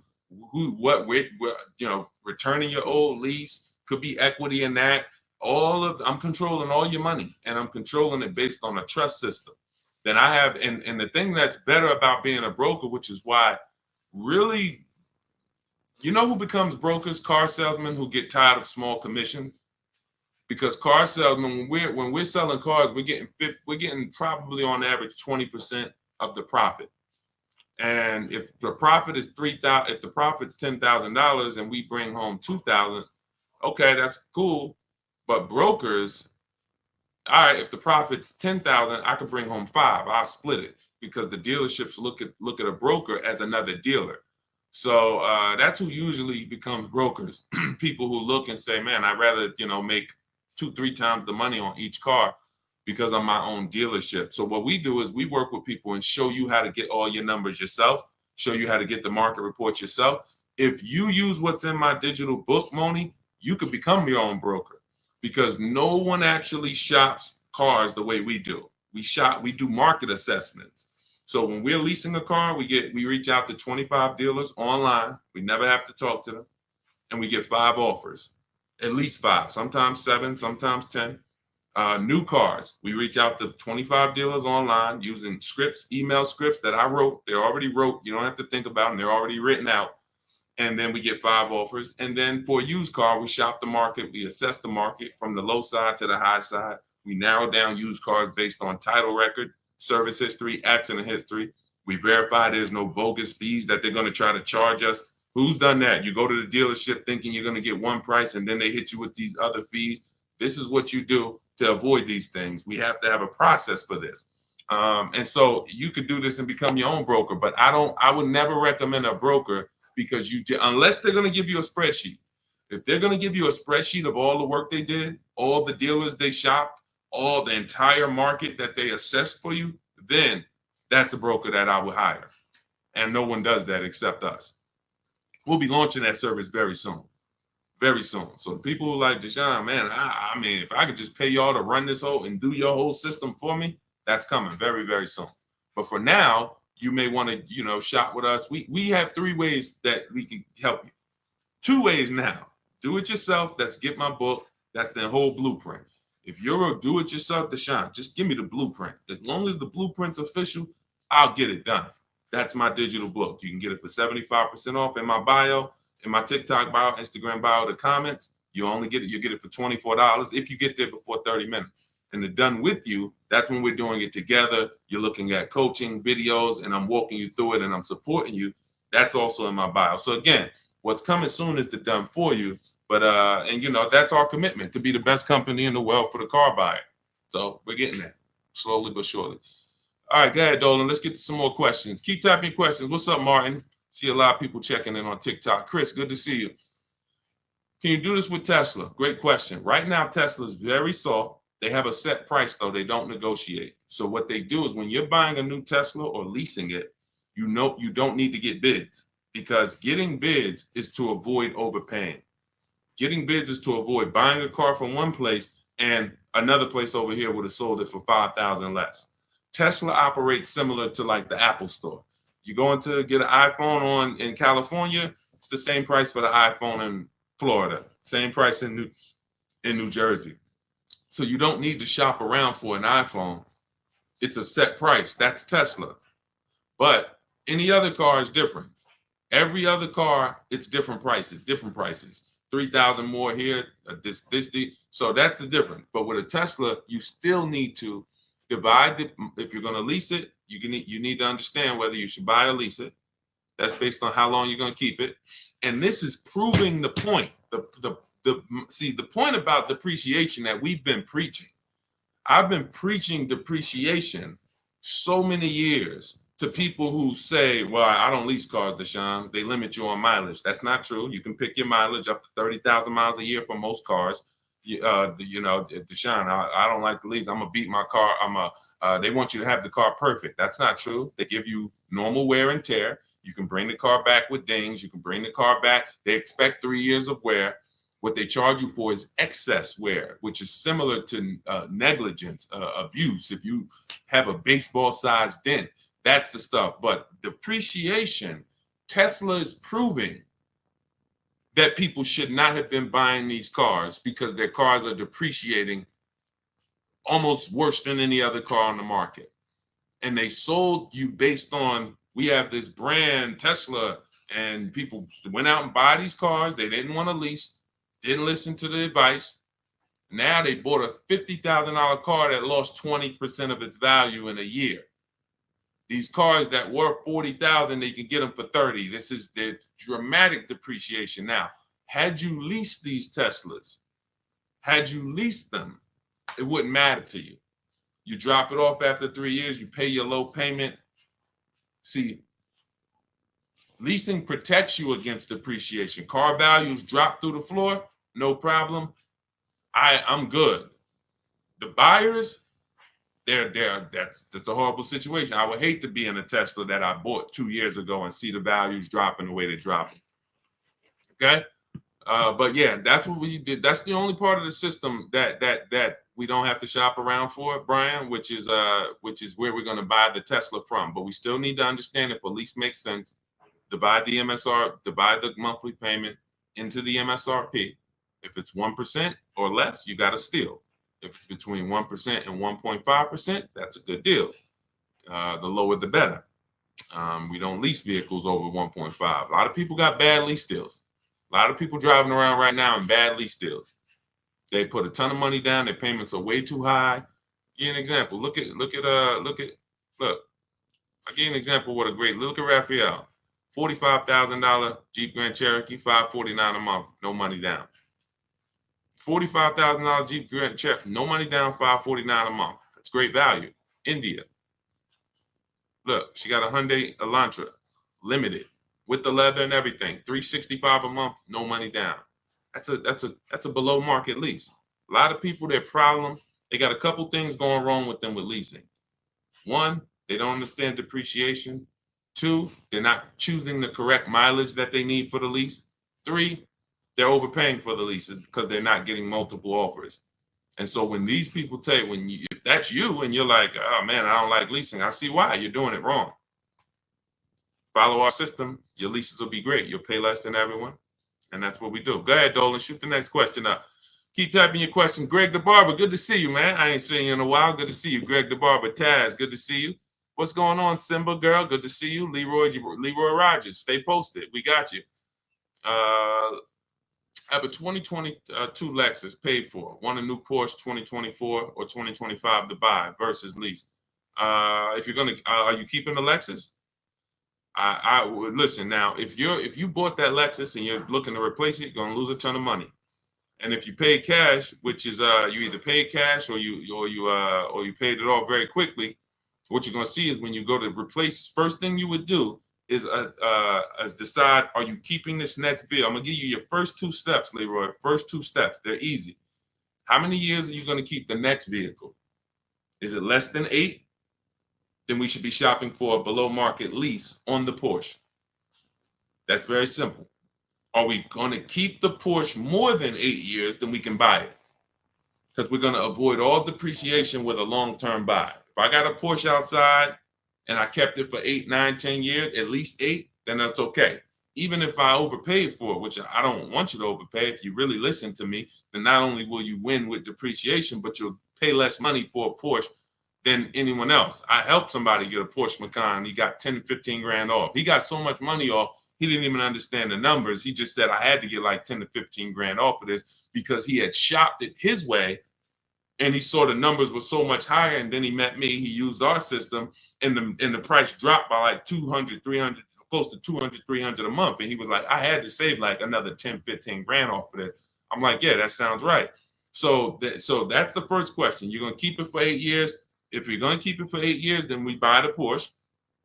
And what you would do is you would now assess the value of the Lexus. If you're going to sell it, you're going to go to CarMax, Driveway, Carvana, KBB Instant Cash Offer, Auto Nation, and Car Gurus. Again, I'm going to write that down. These are the companies we sell our cars to that we get bids from. We don't trade cars. We do not trade cars. The only people that have to trade cars are people with negative equity. That's why we want you to come out of negative equity. We don't trade cars. We sell our cars. And in fact, when you trade your car, you think you're trading it, you're actually selling it. That's why it's on that contract. It's on that buyer's order is, I'm selling you my old car for this amount. So we get bids, six companies, Carvana, Kelly's Blue Book Instant Cash Offer, and this takes 20 minutes. So if you're committed to your money, you're going to do this. It doesn't matter if it's that's why, look, unlearn. It doesn't matter if this is a new process. Deshone, I never did it like this. Okay, then keep losing money then. These are your 6 companies: Carvana, KBB Instant Cash Offer, Auto Nation, CarMax, Driveway, Car Guru, Sell My Car. That's step 2 in my book. So what we just went over with Leroy was the first 2 steps. One is deciding if we're going to buy or lease. How do we do that? We find out, are we keeping our car more than 8 years? If yes, we're going to buy it. Are we keeping it less than 8 years? We're going to shop for a below market lease. That's how we're going to beat depreciation. Now, once that's decided, we move on to our equity assessment. And that's what he's about to do. Go to those 6 companies, get the offers. Greg the Barber, I can't get my wife to understand leasing is better than buying because we trade cars every 2 years. Just bring her on here and show her the numbers. Just show her the numbers. Show her what a below market lease looks like. Look, Rosalie, she gets a $60,000 vehicle, $592 a month. $60,000 QX. That vehicle is $1,300 a month to buy. Let's continue. Teddy, $73,000 BMW. $856 a month. Now these are below market leases. If your wife is looking at commercials and saying, they want us to bring $3,000 down, all of these deals are no money down leases. You got to understand something. What you see on commercials are never going to be deals. A deal is when a dealer doesn't want to make it, but they have to. They decide, I have to make it, I need the number, whatever. That's a deal. A deal is not a commercial that's seen by 10,000 people that come on in and get these prices. So look at Sabrina, $65,000 vehicle, $579 a month. So below market leases, how do you get them? Multiple offers. I have the best system, in my opinion, and a lot of people's opinion, for doing this because we do it from home. The Cars from Home system is the best system for getting multiple offers from home. So you can get your book. My new digital book is called Cars from Home, 7 Steps to Saving Time, Money, and Avoiding Dealerships. And you'll have the entire blueprint on getting below market leases, purchases, new cars, used cars.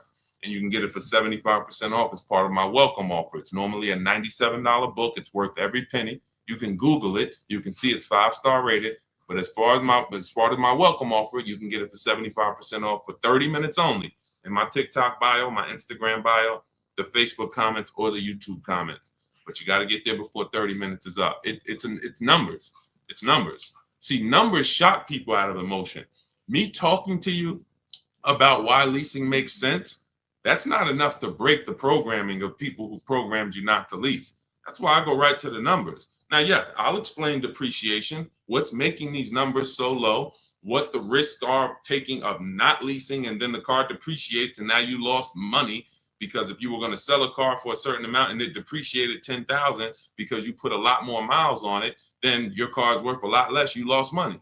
So I could talk to you about that, but bigger than anything is, hey, let me show you these lease payments on below market leases. That's what got me.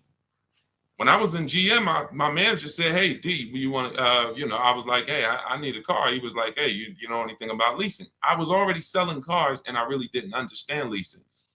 And he helped me at 22 years old get my first lease. It was a $20,000 car, $256 a month. I had friends that had brand new cars. They were paying double. And mind you, these weren't fancy. These were These were Honda Civics, Toyota Corollas. They were paying $500 a month. I'm paying $256 a month for a similar price car. I never got in trouble. I got the mileage I needed. Drove 12,000 miles a year at the time. I needed that. One lease, I drove 15,000 because we were doing more miles. I bumped it to 15,000 a year. Leasing is a numbers thing. We drive off the lot in the same exact car. Your payment's double mine. You lost. Now, in the long run, if you keep the car, pay it off, and keep it for 8, 9, 10 years, then you didn't lose. But if you think we're going to drive off in the same car and your payment's $200-300 more a month than mine, because you say, oh, well, I'm buying mine, though, this thing's going to be paid off one day, then you lost, man. I don't care what you do. Look, see me in a couple years. Look at how much more money is in my bank account than is in your bank account. The money that's in my bank account is in your car. It's going to the bank every month. I do this, man. I'm trying to desperately shout from the hills to get people to stop buying these cars if they're not keeping them 8 years. Losing you've already lost thousands of dollars. Thousands, you've already lost. Once you come over to understand this, you'll realize that I should have been doing this 10, 15, 20 years ago. I'm paying off my cars, flipping them, paying them off, flipping them, buying them, not even paying them off, flipping them. I'm trying to flip cars. I'm trying to flip depreciating assets in the short term. So many reasons why this doesn't work. I could kill this all day long. But again, it comes down to the numbers. Below market lease deals, there's no comparison. All right. But you'll have the system for how to get them in my book. So it's a digital book. So it'll be in your inbox before you even get off this stream, as long as you get there before the 30 minutes is up. Go ahead, Dolan. Shoot the next question in. Keep typing, y'all. We'll get through as many as we can. Yep. Energy guy for life. I have a car bought, but I owe more than it's worth. How do I get out? We talked about that. That's actually what we started the show with. So what I would do is I would go to either YouTube, Facebook, and rewind it, watch the beginning, because we started talking about the first question we got was about negative equity. So we spent time talking about how you need to maximize your value, get offers. I don't want to go over it again because there are people on here who is anybody who needs to hear about negative equity? Type of 1 if you need to hear about negative equity. We might hit on it again. But there's a lot of people on here that were on here earlier that they heard about it maybe 20 minutes ago. But we'll see. If a lot of people end up saying they want the question, then we'll come back. But again, I don't like to spend 10 minutes or 7 minutes answering the question and then another 20 minutes down the road I answer the same question. All right, go ahead. Let's go, Dolan. Bring the next one up. Let's go. Do you have your book in hard copy? No, it wouldn't be available in hard copy because it wouldn't be good to do in hard copy. Websites change rapidly. Vroom, we used to get bids from. Vroom bought a lot of our cars. They were in the bidding process when we sold our cars to them. They were in our equity assessment process. And when we shop for used cars, we use a process I call the multiple marketplace strategy. They were in our multiple marketplace strategy. They go out of business. If you were using a hard copy of my book, you not only have to get another copy, you be going on websites that no longer exist. And that just wouldn't be an ideal experience. Thank you, Bridget. That wouldn't be an ideal experience. Another thing about the digital book is we get to actually link you to scripts. This is an online process. So if you're not comfortable with a digital book, this may not be for you.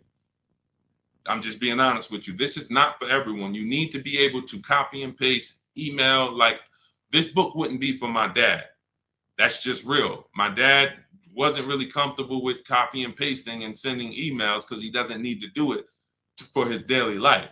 He can send an email. It's just going to take him a couple. So when we're using our system, we're doing a lot of copying and pasting, opening up websites. So it wouldn't make sense to have a physical book there because I have scripts that we use. I have online calculators that we use that I invented. There's 5 calculators in the book that I actually invented, wrote the code for. You can't get them on Google. So these are all some of the reasons why it could never be a print book. It wouldn't make sense. And there's a lot more in there. All right, there's 7 paths. A lease path, but a lease path with with a third-party equity assessment, a used car path, paying car path. You know, we have links that warp you to keep you on track. If you were reading a physical book, it just wouldn't work. That book is uniquely written as a digital book for a reason. It's not like I wrote an ebook because, hey, I didn't want to put out a physical book. It would be simple. It's much more simple. But this is a complex. We needed the links and to be able to, certain parts you get to in the book, and I say, hey, click here if you want to watch a video on this subject. And you're like, whoa, okay. Oh, it's a video. I can understand this. Couldn't do that with a physical book. So if you want to get your copy of Car From Home, my new digital book, you can get it for 75% off as part of my welcome offer in my TikTok bio, my Instagram bio, the YouTube comments, or the Facebook comments. It's normally $97, worth every penny, but it's part of my welcome offer. You get there before 30 minutes. You got 30 minutes to get the 75% off. You get yours for $24. Make sure when you get your book, you screenshot the thank you page. Right after you pay, the book is on that page. As soon as you pay, it says access your book below. It also says I'm emailing you a copy. It also gives you my support team's email in case you don't get your book. Because a lot of people type their email wrong. Just reach out to my support team. They'll get you the book. But you have a copy of it as soon as you pay right there in that link. And keep that link. All right, go ahead, Dolan. All right, what is going on? I see you, Greg the Barber. We'll get that one in. What's up, Jackie Cox? Good to see you. We just bought a 24 Jeep Grand Cherokee. We traded my truck, wasn't upside down. Now we got a $900 payment. If you traded your truck, how long did you have the old truck, Greg? What year was the old truck that you traded? You just bought a 2024 Jeep Grand Cherokee. What year was the old vehicle that you traded? What year was the old vehicle? Let me know because I can see your comments. So let me know what year was the old vehicle that you traded in. Just type the year because I don't want, I like to keep the show moving forward fast. So type. All right, it's 2019. That means, so if you didn't have negative equity, that means you just paid off that vehicle, or you put a good amount of money down, and then you traded it off literally as soon as you paid it off. Just depreciation alone. Let me give you an idea. Depreciation alone. This is that 2019 Nissan. What happens is you bought it here. The depreciation on that vehicle over 5 years is like this.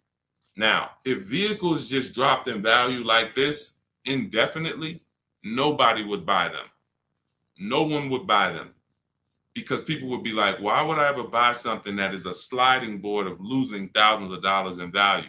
You notice when you buy a vehicle one day, let's just say that you buy a $40,000 vehicle today, what is it worth tomorrow? Let's just say not even a year down the road, a $40,000 vehicle, you buy it today, what is it worth tomorrow? The day after you buy it, throw some numbers out.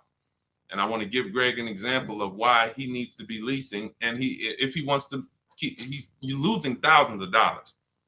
It's not even a question, but I want to help you through this because again, this is not your fault. It's bad programs.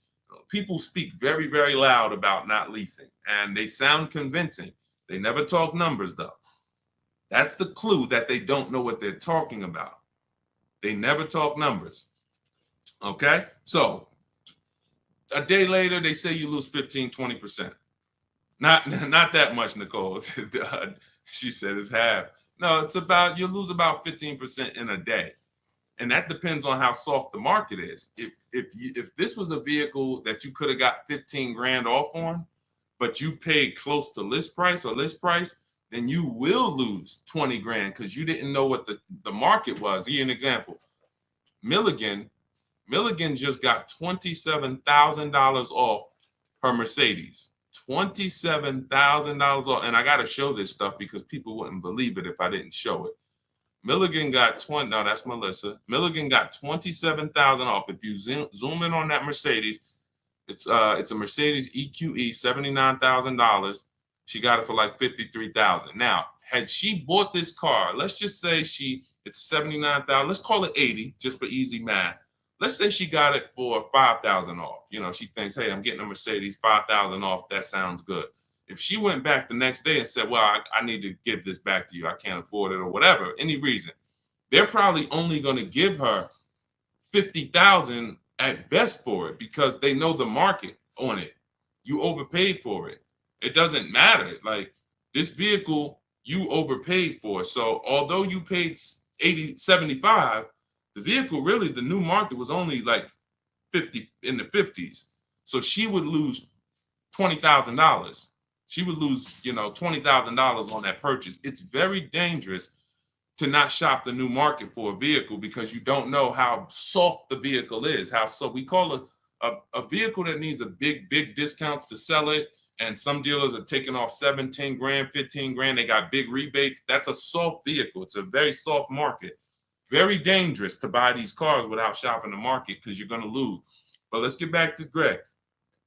If vehicles just kept losing value like this, you never buy them because people will be like, man, these things are just, like throwing a stone in the ocean, but they don't. Eventually, they start to level out. So a vehicle that's worth 11,000, next year it'll be worth 10,000. And then the following year, it's only going to lose, maybe there are people on here now, some of you've had your vehicle so long, the amount that it's worth today is going to be the same amount it's worth next year. Your vehicle's worth 8,000 today. A year from now, it's going to be worth about 75, 76. This is now what your depreciation looks like. But in your case, Greg, and people you're buying these cars, you're literally riding the depreciation out, sliding board, losing tons of value, and then as soon as you're about to start leveling out, you go and you get another vehicle and you do it again. You're just taking sliding boards, losing thousands of dollars all the time, over and over and over again. And that's just a recipe for losses. How do we avoid them? We get below market leases. That same Jeep Grand Cherokee that you got, look at how much you're paying for it, and look at how much Raphael is putting into hers. Raphael got a 2024 Jeep Grand Cherokee, $45,000 vehicle, $549 a month, no money down.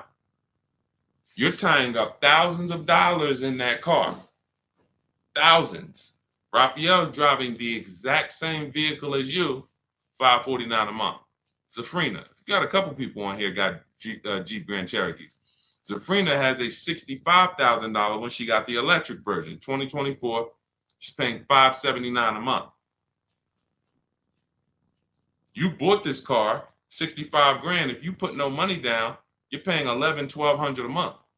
Actually, no, that's more like $1,300 a month. Depends on what. Even with a big discount, $1,100 a month, 5 years. These are huge payments compared to what Raphael and Zafrina are paying. And you might say, well, my payment's lower. Only way your payment's lower is you gave them a lot of money up front. You gave them 10 grand, or you gave them your trade. I didn't put any money down, but I did trade in my vehicle. Your trade was worth 10 grand. So it's just replace the trade in with cash. This is real money that could be in your bank account. And I'm gonna tell you something before we move to the next question. Let me tell you something. Look, Melissa learned. She learned because she was just like you, Greg, just like you, and people like you. Listen, Greg, I'm not isolating you out. This is just a great example of what millions of people are doing. This is, and again, I wouldn't know this if I hadn't been in the business. I'm not smarter than anyone. I just spent 14 years in this industry, and I love math. So this comes very easy for me, thank God.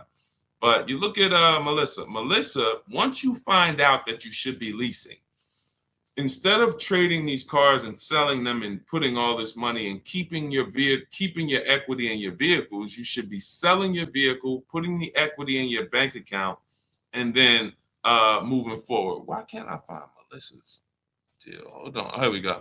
So Melissa, she says, Deshaun, I learned about leasing. I'm not buying anymore. She replaces her 2018 Kia Sorento. She got her bids. Her highest bid was from Carvana, 12 grand. 12 grand.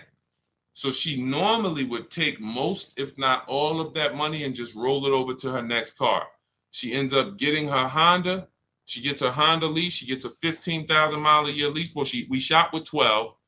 We shop with 12. So she ends up getting it for about $575 a month. She got a Honda. Hold on, I'm trying to read this fast. She got a Honda Pilot EXL. That's probably it's probably a $45,000 vehicle, maybe 48. She got it for $575 a month. And look, nothing out of pocket. And look, she put the $12,000 in her bank account. So now her car payment is low, not high like it was when she was buying the Kia. And she literally pulled all that money that she used to keep in her cars, rolling them over. She pulled it out, put it in her bank account.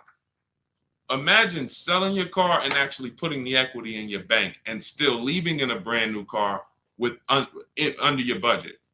That's what happens when you move from buying as a short-term buyer, not keeping 8 years, into leasing. It'll change your world. And again, only thing you're going to say is, man, I should have been doing this years ago. I should have been doing this a lot. You know, we don't even get to harping on the money you lost. Do you think prices will continue to drop on vehicles? I do. We always get deals. We were getting deals when people thought there were no deals. All through the pandemic, we had people getting deals. Bonita right here got her Kia. She got her Kia Telluride. This was a dream vehicle. During the pandemic, and look at the year. You can see the year. When she got hers, it was 2022. Literally, people were paying $10,000 over sticker for these vehicles. People were leasing these Tellurides for $800 a month, $900 a month. She got hers for $600 a month, no money down. This is pandemic.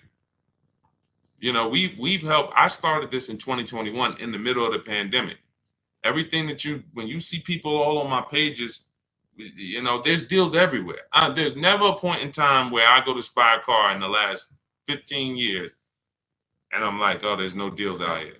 Because again, there's always going to be a dealer who's going to sell. You just have to learn to find them, Nicole. You keep going into the local dealer thinking you're supposed to be able to negotiate a good deal with them. 8 out of 10 dealers are overpriced. We've proven that. Why? How can I tell you that confidently? Because all of us shop the market. You shop locally. We shop the market. What you'll learn to do with Cars from Home, my new digital book, is to shop the market. You go local to 1 or 2 dealers, they already know.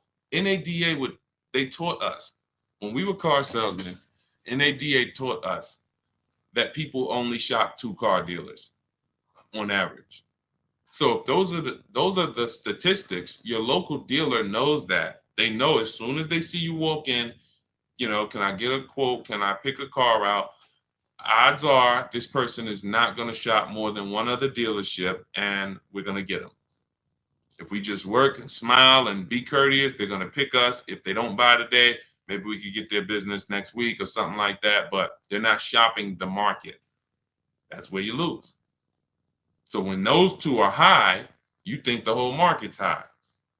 But using our system, what you're going to learn in my digital book, Cars from Home, 7 steps to saving time, money, and avoiding dealerships. I think sometimes I say that title too fast. It goes over your head. Cars from Home, that's a mindset, because we spend 90% of our time here. All of these people that you see me sharing in my streams, they are literally in their house 90% of the time to get these deals. Cars from Home, 7 steps. That means it's a process. It's not you're not winging it anymore. You're not winging the process. It's a 7-step process. Step 1 is the most important question. We're deciding whether we're going to lease or buy. Step 7 is delivery. By the time you get to step 7, you're taking delivery of your vehicle. 7 steps to saving time, which is what I love, money, which is another thing I love, and avoiding dealerships, which is something that most people want to do. So just in the title alone, you could understand what you hold us accountable to delivering. And when you Google the book, you'll see we deliver on this. It's a proven system. We've been doing this for 3 years now, and we have hundreds of people who've used the system. And grandmothers, single mothers, introverts, men, children. I'm talking young kids. Like, system works. It's like McDonald's. So you can get a copy of the book. It's a digital book. It'll be in your inbox in 3 minutes. Go to my TikTok bio, and it's my welcome offer. You can get it for 75% off, but it's only for 30 minutes. The book's $97. It's not $24. So if you get to my TikTok bio, my Instagram bio, the YouTube comments, or the Facebook comments, click that link. You can get it for $24, but only for 30 minutes. That's my welcome offer. Go ahead, Dolan. Shoot the next one up. All right. How do I negotiate buying more miles on a lease? You get it up front. It's very simple. We shop with 12,000 miles per year. Shop all your offers. Once you get your best offer, identify who that 20% dealer is. They beat everybody else. You email them, hey, can you adjust it to 15,000 miles per year or 18,000 miles per year? Very simple. If you're doing it your way, then you just call them and say, hey, all right, I'm gonna go with you, but can you tell me what it would be for 18,000 or 20,000? That's what Jen did. She shopped for $39,000 Honda CRV. Her best offer on this vehicle, it's a hybrid, very hot vehicle. This is one of the most popular hybrids over the last couple of years, the Honda CRV hybrid. $39,000 vehicle. Her best offer was $512 a month, no money down, 12,000 miles per year. She adjusted it to 18,000 miles a year. Payment went to $563. Then she signed her deal. So $512 a month, bumped it up to $563. So for $50 more, she's driving as much as she needs, 18,000 miles a year. She's going to bring this vehicle back to them in 3 years. It's going to have roughly 54,000 miles on it. She's going to get something else. That's how you get your miles. It's built in. You're customizing your lease. In the beginning, we customize our leases. The dealers are giving you what you ask them for. You say, work me out a lease deal. All right, I'll do it. Give me a lease quote. I'll do it. In my book, we have a template. This is how you give me your lease quote. 12,000 miles per year, first month's payment only, taxes and fees in the payment. This is what I do for a living. Some of you can't even get deals because you don't realize you're trying to shop online and you don't realize the reason you can't get your prices is because you're not giving dealers what they need to actually even give you the prices. Dealers need to know your zip code to factor in the taxes. But you like, oh, why are they asking for this? Dealers need to know what you do for a living. See if you qualify for any rebates. Dealers need to know what when your deadline is. That's why we have templates that you fill in, email them. Because as a former car salesman, I know what dealers need to give you quotes. That's why it's written out for you. But again, if you want to do it your way, call around and just I would only speak to sales managers. I would only speak to sales managers. If you want to do it your way, I don't care how you get multiple offers. I just know my way is easier because you don't have to talk to people. If you have to talk to people, then you need to be a good talker and you need to know what you're going to say. My way, you don't need to know what you're going to say. I'm telling you what you're going to type. Go ahead, Dolan. Do you think the banks will ever get rid of the points that they pay to dealerships?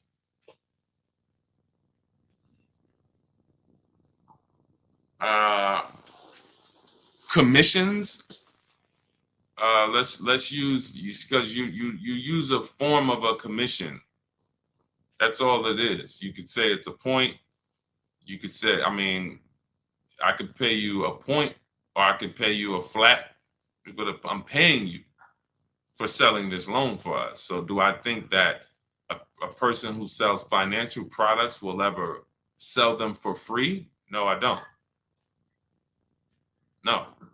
And that's why we use something called the bank bidding war, where we are going direct to credit unions and banks, and we're allowing them to bid on our business. Most people don't know that the credit bureaus allow you to have multiple banks and credit unions access your credit report in a small period of time. It's called the rate shopping. You can Google rate shopping and you'll understand that they allow you this. You can have multiple hard pulls within a certain period of time, and you can actually have them bid. They expect you to do that. Most people don't do it, actually. So they can't help you because they're like, hey, we allow you to do it, but you're not doing it. You're letting the dealer run you out to multiple banks and credit unions. But if you Google rate shopping, what it says is if you can have multiple banks and credit unions access your credit with the hard pull, and at the end of that period, it's going to weigh on your credit like one hard pull. So at the end, if one hard pull would have dropped your score 10 points, you could have 15 banks and credit unions run your credit, and it's going to drop at the same 10 points. But the difference is one strategy, you overpay for your loan, overpay for your interest, have no price assurance, no price guarantee that you got a good interest rate, and you have the same 10 points on your credit that you hit with the hard pull. The other strategy, you have the best rate, lowest rate in the market. You guarantee it because you have 15 people access your credit and make bids and make offers, and it's the same 10 points hard pull. This is called the bank bidding war. We created this. You can actually, again, when you get my book, I haven't combined this into the book, but when you get the book, you actually get the bank bidding war blueprint for those of you who are going to be financing and getting a loan.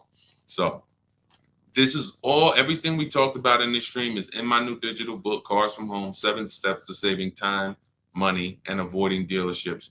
You can grab your copy for 75% off as part of my welcome offer, but it's only for 30 minutes. You won't pay the normal $97 price. You get it for $24 as long as you get there before 30 minutes. Get to my TikTok bio, my Instagram bio, the Facebook comments, or the YouTube comments. Click that link and then click Get Book 75% off, and you'll have it in your inbox. Make sure you screenshot the thank you page because the book is on that page. I also email you a copy. And just in case you don't get your copy in 5 minutes, you'll have my support team's email. So screenshot that page. But I wanna.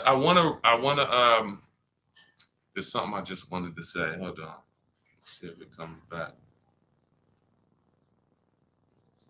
Yeah, I don't know.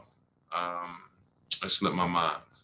But listen, this is the. I mean, I take this serious, and the only people who really win, everyone who I showed you, and we could spend.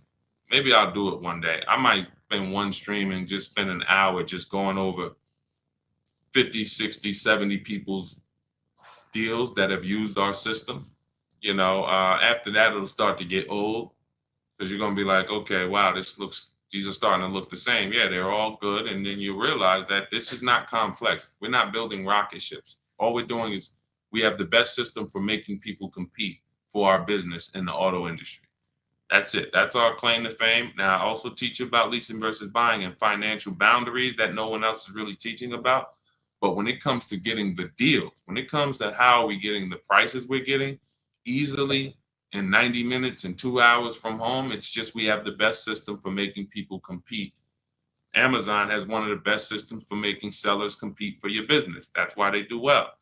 Competition is what drives down prices. Competition is what allows you to make great decisions quickly. So that's what you're going to get in Cars from Home. Got my copy. I'm going to start shopping your way. Energy God for life. Listen, God bless you. Use it and trust the process. Do not overthink. Here's what I said. Bring your goal. All you want to have is your goal. Forget your strategy. Forget everything of every strategy, every tactic you might have thought worked for you with car buying and shopping and leasing. Just forget it. Just bring your goal. Yeah, I want this Lexus truck. Yeah, I want this. Bring your goal, trust our process. Success is guaranteed. All right. And just stay on the steps. It's a step-by-step process. All right. God bless. I'll see y'all on the next stream. Enjoy the rest of the day, the rest of the evening. See you soon.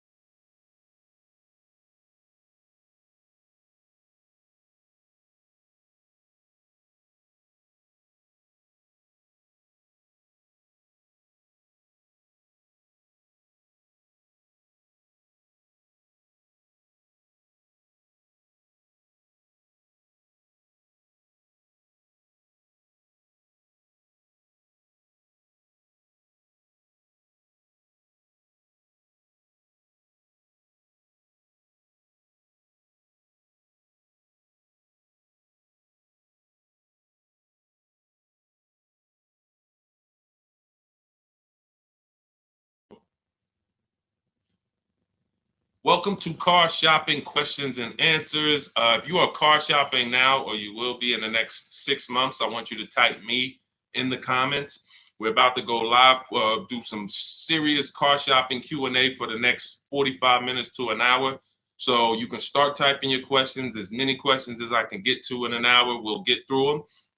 And what you often will see that someone else is going to ask the same question you have. So a lot of times you'll actually, even if you can't get your question into the stream, because usually by the time we get 20, 30 minutes in, we got lots of questions and we don't always get to them all. But usually someone else will literally ask the same question that you have. So, so we can start talking. I'm just sharing this to Facebook now. This entire stream is sponsored by my new digital book. It's called Cars from Home. 7 Steps to Saving Time, Money, and Avoiding Dealerships. You can get a copy for 75% off for the next 30 minutes in my TikTok bio, my YouTube, in my TikTok bio, my Instagram bio, the YouTube comments, or the Facebook comments. And the book's normally $97. Everything we'll be going over today will be out of that book. Every answer that I give you is out of that book. So if you want the entire blueprint and you don't want to remember the things that we're about to go over, you grab the book. And obviously, everything we're about to go over, we wouldn't be able to cover everything that's in the book. There's like 100 questions that'll be answered in that book. So let me just share this to Facebook, and we'll get started with the first question that we got from TikTok. So type your questions in as fast as possible, and type your questions in one shot. Don't do like a part 1, part 2, and because then Dolan can't bring them into the stream. Okay, Dolan, let's get going. Let's throw off the first question, please. Nora, I'm upside down on my vehicle. How do I get out or pay off early? There's 2 ways to deal with negative equity. One of them is easier. It depends on the resources you have. So you have the option to pay the difference, which means you are actually going to say my highest offer for my car is $18,000, but I owe $20,000. That means I have $2,000 of negative equity. I'm going to pay that off. That way I can go and do a clean transaction for my next car. I don't have baggage going into my next car.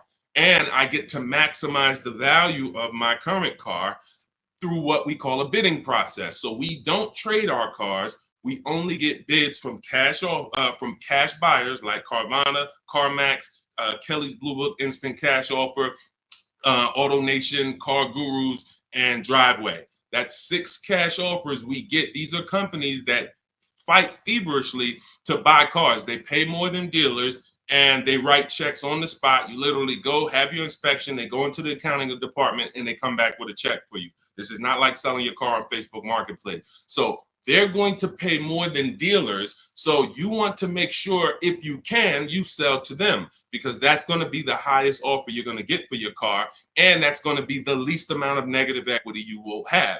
If you can't pay the difference, then you must trade. And trading is a curse word here, because you never get what your asset is worth trading. If I wanted to trade this phone, I'm not going to get as much as I would get putting it on the open market and getting prices and offers for it. So trading is a last resort.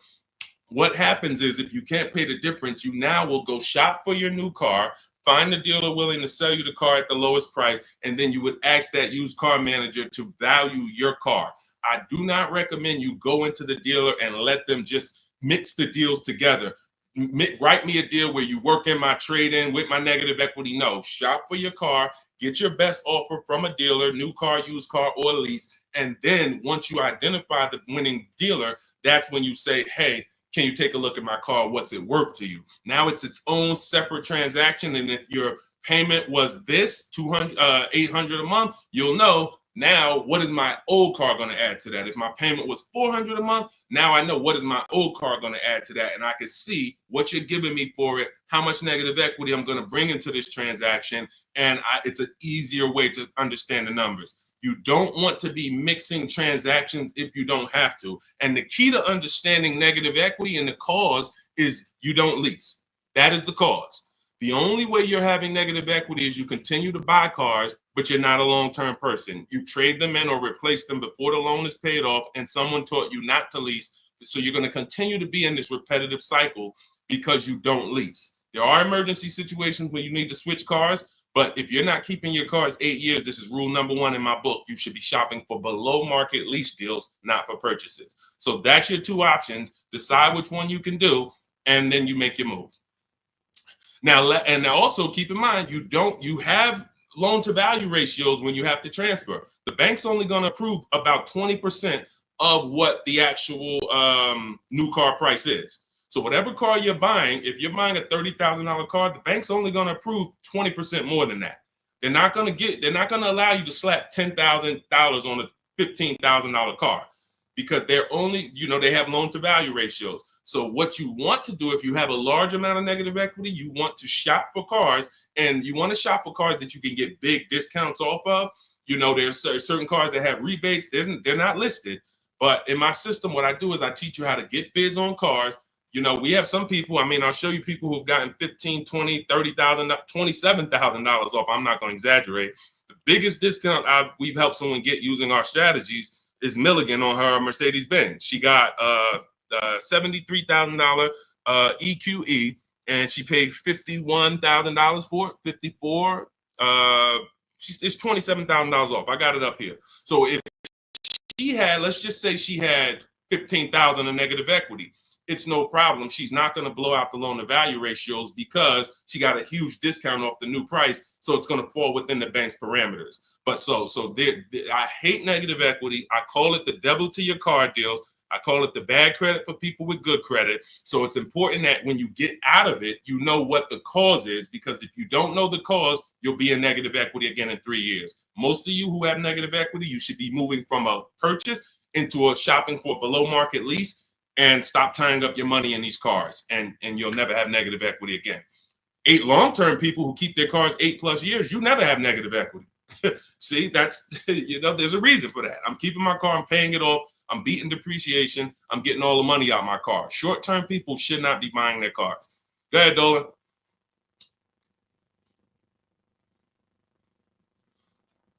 All right, keep typing your questions, y'all. We'll get to as many questions as we can in 45 minutes. Now, let me just actually say this. We have a 7-step process. Everything in my system is 7 steps. We don't go, see, a lot of times you don't understand what you should be doing first. Should I be focusing on my old car, my trade-in, shopping for a car first? What should I be doing first? So we have a system that you actually now have a process. It's 7 steps. First step is the most important question. That's leasing versus buying. How are you going to beat depreciation? Because you're about to buy a depreciating asset. If you buy a depreciating asset with no plan to address or beat the depreciation, you are going to lose like everyone else loses. So we need to see, am I going to beat depreciation with a long-term purchase, or am I going to beat depreciation with a below market lease? Long-term purchase, I got to tie up my money. My money's going to be in the car 3 years, 5 years, 6 years, but over time, the depreciation is going to cool off. I'm going to have a vehicle that doesn't depreciate much. Who has a vehicle that they've had for more than 10 years? Type the number of years you've had it in the comments. If you had a vehicle for 10 years, type 10, 12. Even if you had it for more than 8, let's go 8 because it's called the 8-year rule. If you've had it for more than 8, type the number of years that you've had your vehicle in the comments. Let's see how many long-term people we truly have, because not a lot of people are long-term. Like every time I ask this question, we don't get a lot of people that's like, yeah, 8 years, 10 years, 12 years, 15 years. Look, we don't have many people that can say they even have a car on here that they've had for more than 10 years, more than 8 years. But you're tying up all this money in these cars, and then you're going and you're replacing them in 5 years and 6 years. And look, Sharon, 14 years. God bless you, Sharon. That's a long-term person. Look, Ray Johnson, 9 years. That's a long-term person.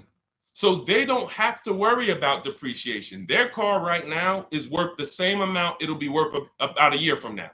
If Ray's car is worth $9,000, a year from now, it's going to be close to 9. He's beat depreciation. So if you're not buying cars to beat depreciation, you shouldn't be buying them, because you're not going to beat depreciation in the short term. You can't. It's impossible. The only way to beat depreciation as a short-term buyer is to get below market leases, because you're never tying up your money in that car. Not regular leases, below market leases. Big difference. Go ahead, Dolan. I see we had a question come from TikTok. Let's throw them up.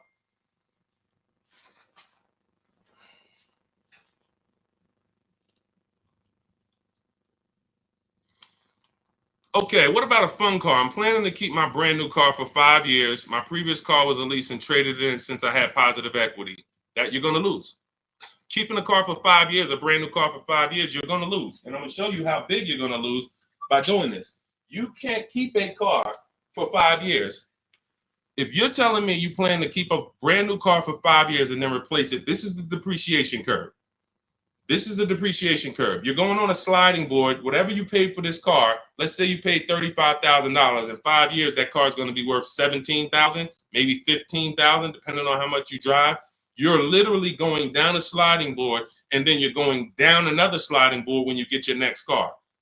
You're wrapping up money in these cars. Now, when we look at somebody like Ray, who kept his car for 9 years, his depreciation curve doesn't look like yours. It looks like this. See, this is what it looks like when you first buy the car. You're losing value every single day. You're losing thousands of dollars in value on a yearly basis.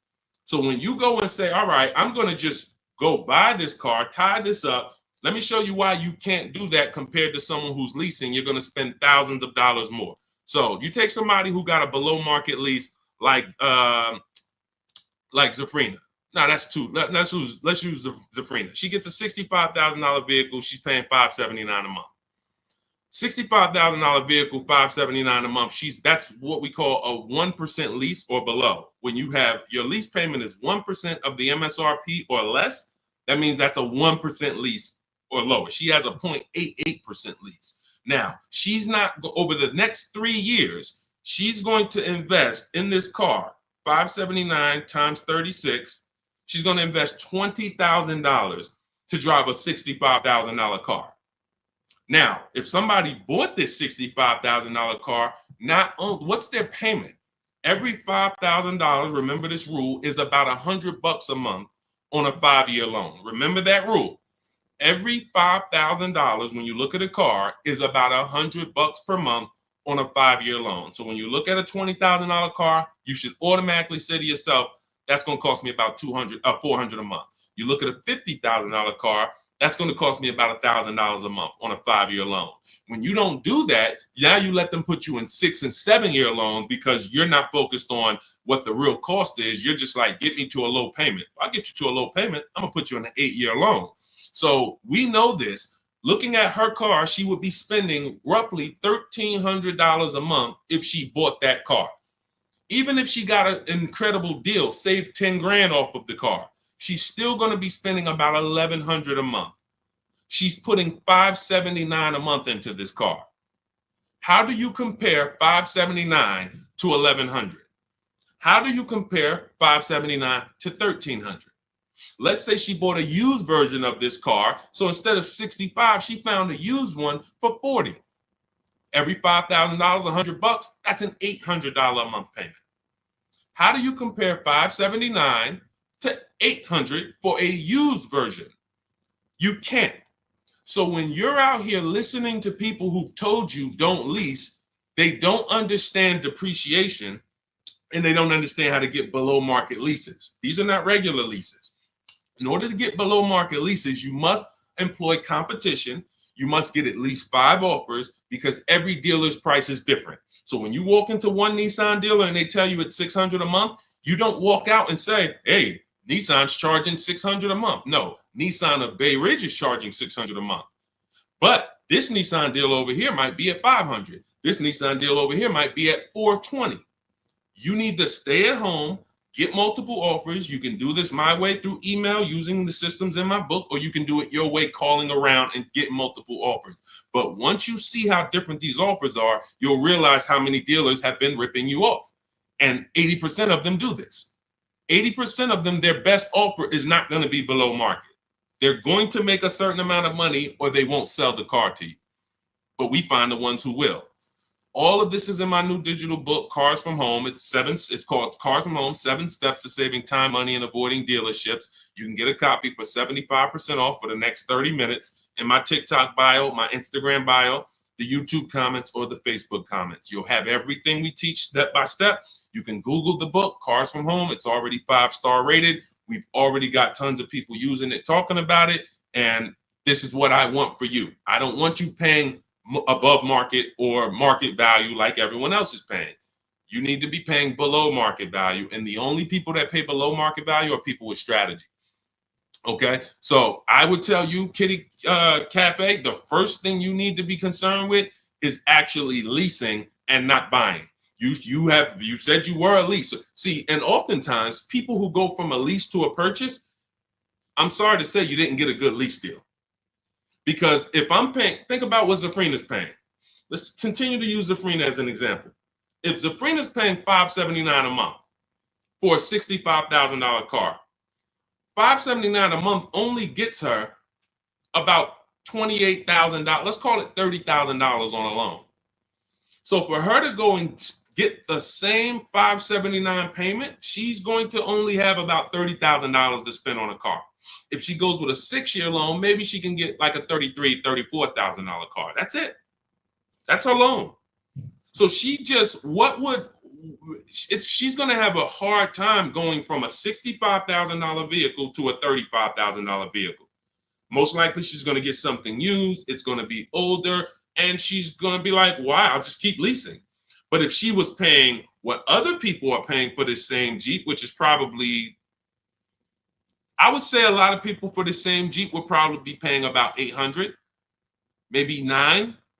People with no strategy, they're probably paying $900 a month to drive this $65,000 car. It's easy to justify. So they're paying $800-900 a month. Then yeah, she might say, well, maybe I'll just buy something because I'm paying almost $1,000 a month to lease. But that's the difference between a below market lease and an average lease. There's a big difference. All right. Go ahead, Dolan. Next question. The leasing versus buying thing is really, really what's hurting a lot of you. The leasing versus buying thing and the not getting below market leases. There's so many bad things about what's been out here with leases. It's horrific. I spend every day putting out information trying to dispel this. But I realize there is so many voices that have told you guys things. But here's the thing. I talk numbers. And I show numbers. If you pay attention, the people who tell you about leasing never talk numbers. They never show you numbers. All they do is rent. Leasing is renting. Leasing limits you. You limit, they pick your mileage. You pick the mileage. It's so much bad information. But I've been leasing since I'm 22 in the car business. Got my first lease, Pontiac G6. $20,000 vehicle. I was paying $256 a month for it. Meanwhile, I had a friend, they're paying almost $500 for a Toyota Corolla. We both got a car for about the same time. They're paying $500. I'm paying $256. I'm seeing what they're going through with their car breaking down, getting older, because they kept the car for a while, getting older, and now I'm on my second car, paying a low payment. And as a young person, you don't want a $500 payment. I didn't need a $500 payment when I was 22. Just had my daughter. I needed that $256 payment. They had just had a family too, but they got to come up with $500 a month to drive about the same price car. The Corolla and the Pontiac G6 at that time were about the same price. You can't justify to me in any way that makes more financial sense. There's nothing you can say to me unless that person's going to keep the car, pay it off, and then keep the Corolla forever. If you're going to keep the Corolla for 10 years and then you pass it down to your daughter or your son, it's their first car, and now you just got an extra car, that's a different story. You shouldn't be leasing if you're that person. But if you're a 5-year, 6-year owner, 7-year owner, and you're just paying these high payments, you pay your cars off, and then you go back into another finance, you're just overpaying. You're throwing thousands of dollars out in the garbage, and there's no way around it. You put me against anybody You put me on the stage with Dave Ramsey himself, the guy who has programmed thousands of people never to lease cars, and you give me 15 minutes. I don't need 2 hours with Dave. I don't need to debate you for 2 hours, Dave. We're not talking about investing in mutual funds. You do a great job there. We're talking about the financial aspects of below market leases. Let me show you what a below market lease looks like. Let's consider what a person who buys their car is going to pay versus the person who gets a below market lease. Let's look at the resale values of this person who buys their car when they go to trade that car in, what they're going to get back. And let's look at the net money they have lost compared to the person who got the below market leases. I will prove it to you in 10 to 15 minutes. And are you willing to tell your millions of people that you have programmed incorrectly because you know nothing about buying cars? You have programmed people based on you being a financial advisor, not a car person. You haven't seen thousands of car transactions to be able to say what you're saying. I've been involved with credit. Credit's a big part of what I do over the last 15 years. I don't teach it. Why? It's not my expertise. It's not my lane.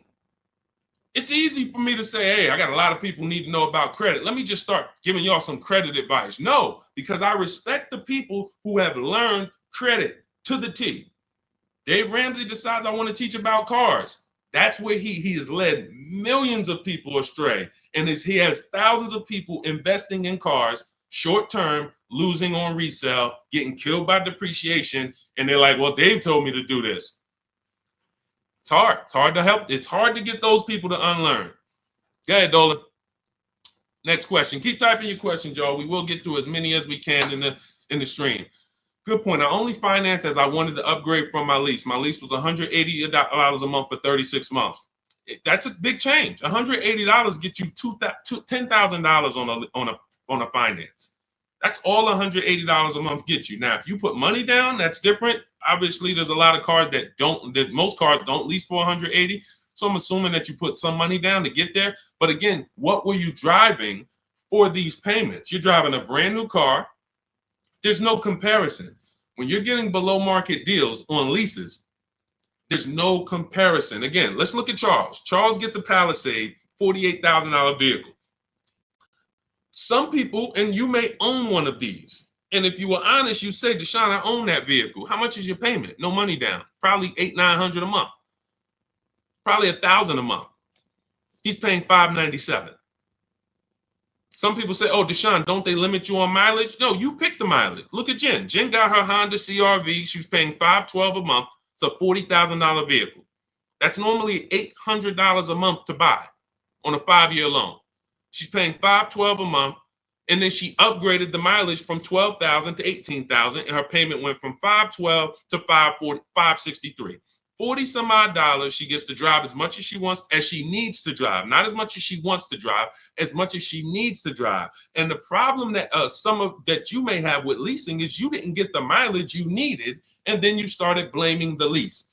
You knew you drove 15,000 miles a year, but instead of getting 15,000 miles a year, you took the 10,000 mile a year option. You looked at the payment for 10,000 because you might have not been getting a below market lease, so the payment was high, and you're like, okay, well, just give me the 10, and then you know you needed 15, so now you're going to pay the penalty based on not the lease's fault, based on you. You could have paid $45 more per month, got every bit of mileage you needed, and then you could have enjoyed your lease hassle-free, dropped it off in 3 years, no problem. So people are blaming the lease for their lack of understanding about how they should. They don't pick the mileage for you on the lease. You pick the mileage. We got people who drive 25,000 miles in lease because they don't want to keep their cars tied up and have that depreciation on a car they own. If they drove 25,000 miles, any high mileage drivers, type HM into the comments. Any high mileage drivers, you drive over 18,000 miles. If you bought your car, tied up that money in that car, and depreciated it with high mileage, that car is going to be worthless in 3 years because you put 75,000 miles on it, and then you come back to replace it, and you have 15 grand of negative equity, and you wonder why. You depreciated the car.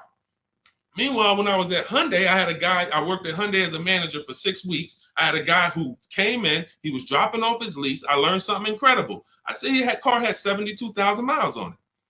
I said, you leased this? He said, yeah, man, I used to buy. I stopped buying because I would always have negative equity. I only lease now. 25,000 miles a year. I drop it off every 3 years, get me a new one.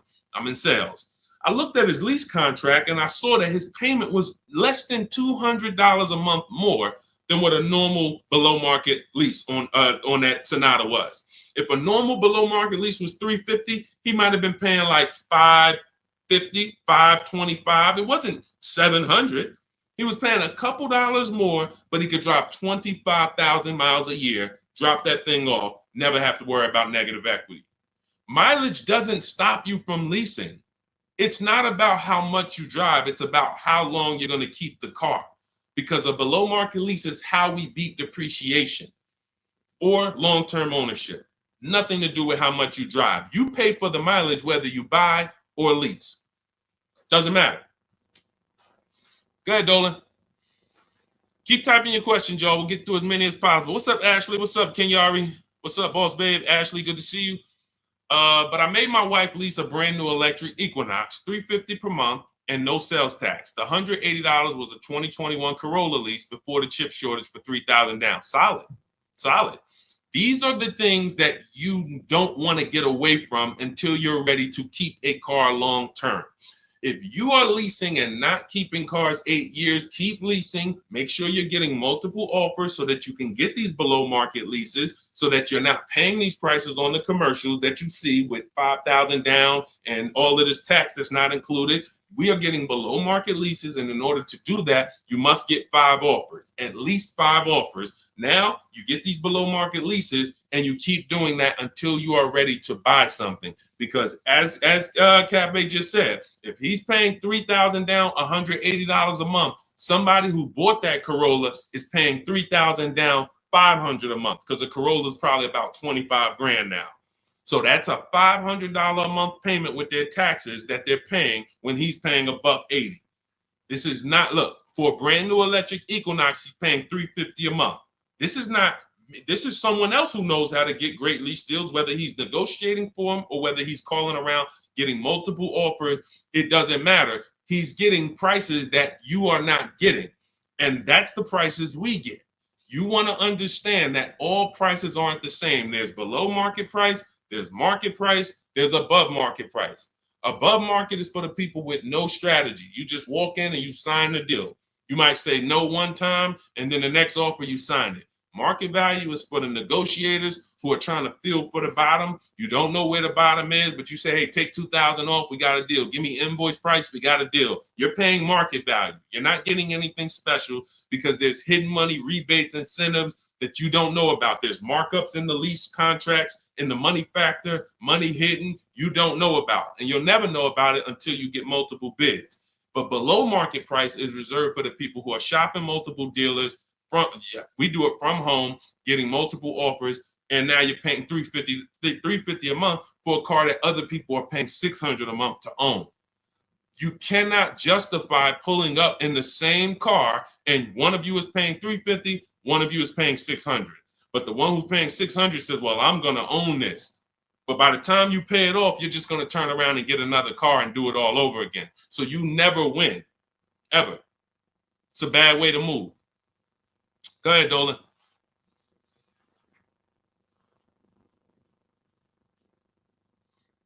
What's up, Ray Johnson? Do you need to... Hold on. Do you need to know all the bells and whistles? I don't know what that means. Can you rephrase that question? Let's type it in another way because I don't know what you mean by that. Can you elaborate? What about the people that drive high miles? You should still be asking yourself, how am I going to beat depreciation?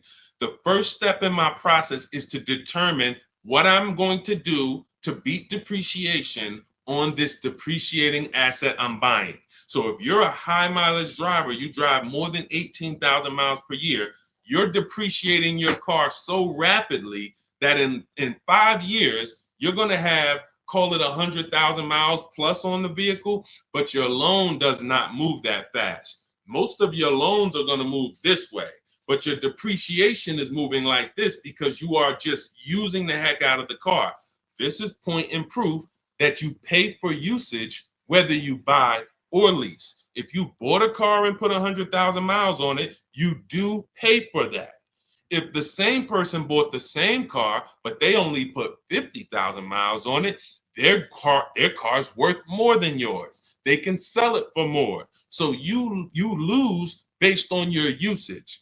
So in the short term, you can't win driving high miles because you are literally destroying the value of your car. Then you flip to another car. That'd be like you doing this. Hey, do me a favor. Give me this car. Let me depreciate it like crazy. Then let me swap it out and let me get this car depreciated like crazy. And you just keep doing it. Depreciate it like crazy. But you're never getting to the point where the car is paid off and now the car starts to depreciate like this.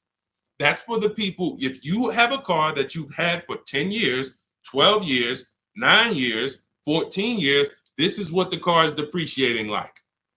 You're losing little bit every year. If it was worth 9,000 this year, it's probably worth 8,200 next year. You beat depreciation. And that's when you enjoy, this is the benefits of ownership. This is what I call in my book, the reward stage. You don't get here without long-term ownership. And if you're not built for long-term ownership, that is okay. But what you should be doing is doing what my client who was in Hyundai did, doing your high mileage lease, shopping for a below market lease, and then driving the mileage you need and dropping off your car in 3 years and going and getting a new one over and over again. You're never tying up your money in these cars. If you're going to tie up your money in these cars, you better have it in there for the long run. If you're going to tie up your money for 5 years in a depreciating asset, you are losing money in depreciation. Like you can't get it back. That's why you're never happy with what the car is worth. When you come and find out what your car is worth, you're like, I can't believe that's all you're giving me for my old car, because you're thinking about how much you put into it. Long-term owners like this, those of you who have cars that you kept for 12 years, you're not thinking about the resale value, right? Right or right? You're like, Sean, I got so much money out of this car. I had this car, man. The transmission went out. I put a new transmission in it. I got my money out this car. That's the benefit of buying. And if you're not buying, you should be if you're not getting there, you should be shopping for below market leases, never tying up your money in these cars to begin with. It's only two ways. Get out the middle. It's three people: long-term keepers, short-term leasers. Then it's the people that's stuck in the middle. You buy your cars, trade them in. You lease the car, you buy the lease. Stuck in the middle. Go ahead, Dolan. All of this is in my new digital book. If you're like, Deshone, there's no way I'm going to remember this. You can get my new digital book. It's called Cars from Home, 7 Steps to Saving Time, Money, and Avoiding Dealerships. It's already 5-star rated. Thank you to everyone who has rated and reviewed the book on Goodreads. We appreciate you. You can get your copy. It's normally $97, but for the next 30 minutes, you can get your copy for $24, which is 75% off if you get to my TikTok bio, my Instagram bio, the YouTube comment link, or the Facebook comment link before the 30-minute timer hits zero. After the timer hits zero, price does go back up to $97, and it's worth every penny of $97. This book will be the top 3 most valuable books in your library. And when I say valuable, I mean the books that save you money. There's only a few books. I got a bunch of books. You guys can see I'm grabbing them. There's only a couple of these books that have actually put money in my bank account or helped me save money. There's not a lot of them. This will be the top 3 most valuable books to your bank account. That's all I care about. So go grab your copy. TikTok bio, Instagram bio, YouTube link, or Facebook comments. And you'll have everything we teach in the blueprint of how to get below market leases, below market purchases, below market new cars, used cars, high mileage driving. Everything is in there step by step. It's a blueprint. All right. Go ahead, Dolan. All right. Buy a car for the first time. I'm going through my bank. My budget is $8,000 and I finance the rest. So you have $8,000 cash. You want to see, can I get a vehicle without using that cash? So if you're talking about financing, first thing you want to decide is, what can we get without a down payment? So depending on where I want my payment to be, let's say $350 a month. Maybe I want it to be $350 a month for 5 years. Well, can I get a car with everything I want, everything I need, $350 a month for 5 years? That's my budget. If I could do that, I don't need a down payment. Now, if you say, okay, $350 a month for 6 years, no money down, that's a little more money. If you say, all right, $350 a month for 5 years, but then I'm going to use some of my down payment. Now I can get even more car. And then your max budget might be $350 a month with my down payment for 6 years. See, all of those numbers didn't change, but the terms changed and what you bring to the table changes. That budget doesn't change, but you don't realize if I get a car for $350 a month for 5 years, I paid less than if I get a car for $350 a month for 6 years. So these is how we budget. I actually have a tool in my book called the Perfect Budget Calculator I created, where you put in your preferred down payment, you put in any equity you have from your old car, you put in your max monthly payment, you put in the average interest rate, and it'll give you up to 6 goals that you shop from. So when I went and got my used Infiniti truck, I had 6 goals. One of them was no money down 5 years. Next one was no money down 6 years.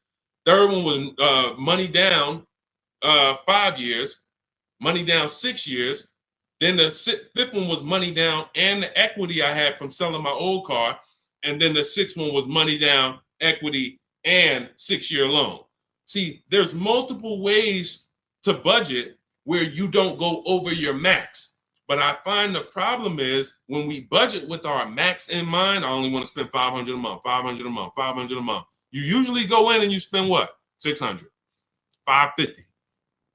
You're putting $1,500 on a credit card because you didn't calculate the taxes. The tool in my book, the Perfect Budget Calculator, calculates the taxes in your state. So you don't go in and say, oh man, I didn't know there was another $3,000 in taxes and fees. Who's had that happen?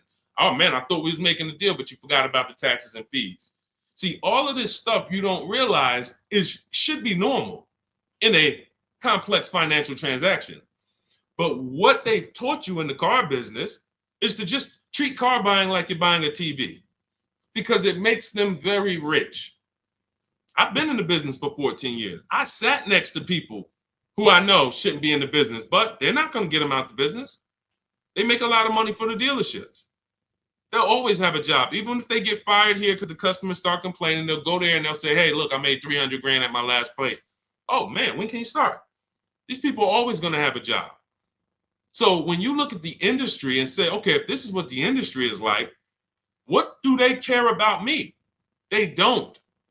The 20% of dealers who get up every morning and they do the right thing. They want to beat their competition. They're honest. They want to make sure that they're giving you the best service. It's 20%. 2 out of 10. You're going into your local dealer and you're buying from them, not realizing that's an 80% dealer. All they do is make a lot of money on their customers. If they can't make a lot of money on their customers, they won't sell the car. And you know what's beautiful about the car business? For those of you who are wolves and sharks and evil, it's not about the customer winning. It's about you making the customer think they won. I'm going to say that again. For those of you who are like, what business could I get into where I can make 200 grand? And I don't need to have morals as long you are trained to make the customer think they won. And that's all it's about. If that's why you start high and you come down. If you know your price on your car is $600 a month, you start at $800. This is what the worst people do. You know that the full price for your car is $600 a month. When Mr. Jones sit down, hey, Mr. Jones, all right, we got a great proposal for you. Great news. We're going to make you a great deal today. Your payment's $790 with $2,000 down. What? That seems like a high for this car. The car is only this. That seems real high. And then I didn't even want to do any down payment. All right, so you didn't want to do a down payment. So, all right, look, if I could get the down payment out, your payment would go from $790 to now it's $840. No down payment, though. What's more important than you, the payment or the down payment?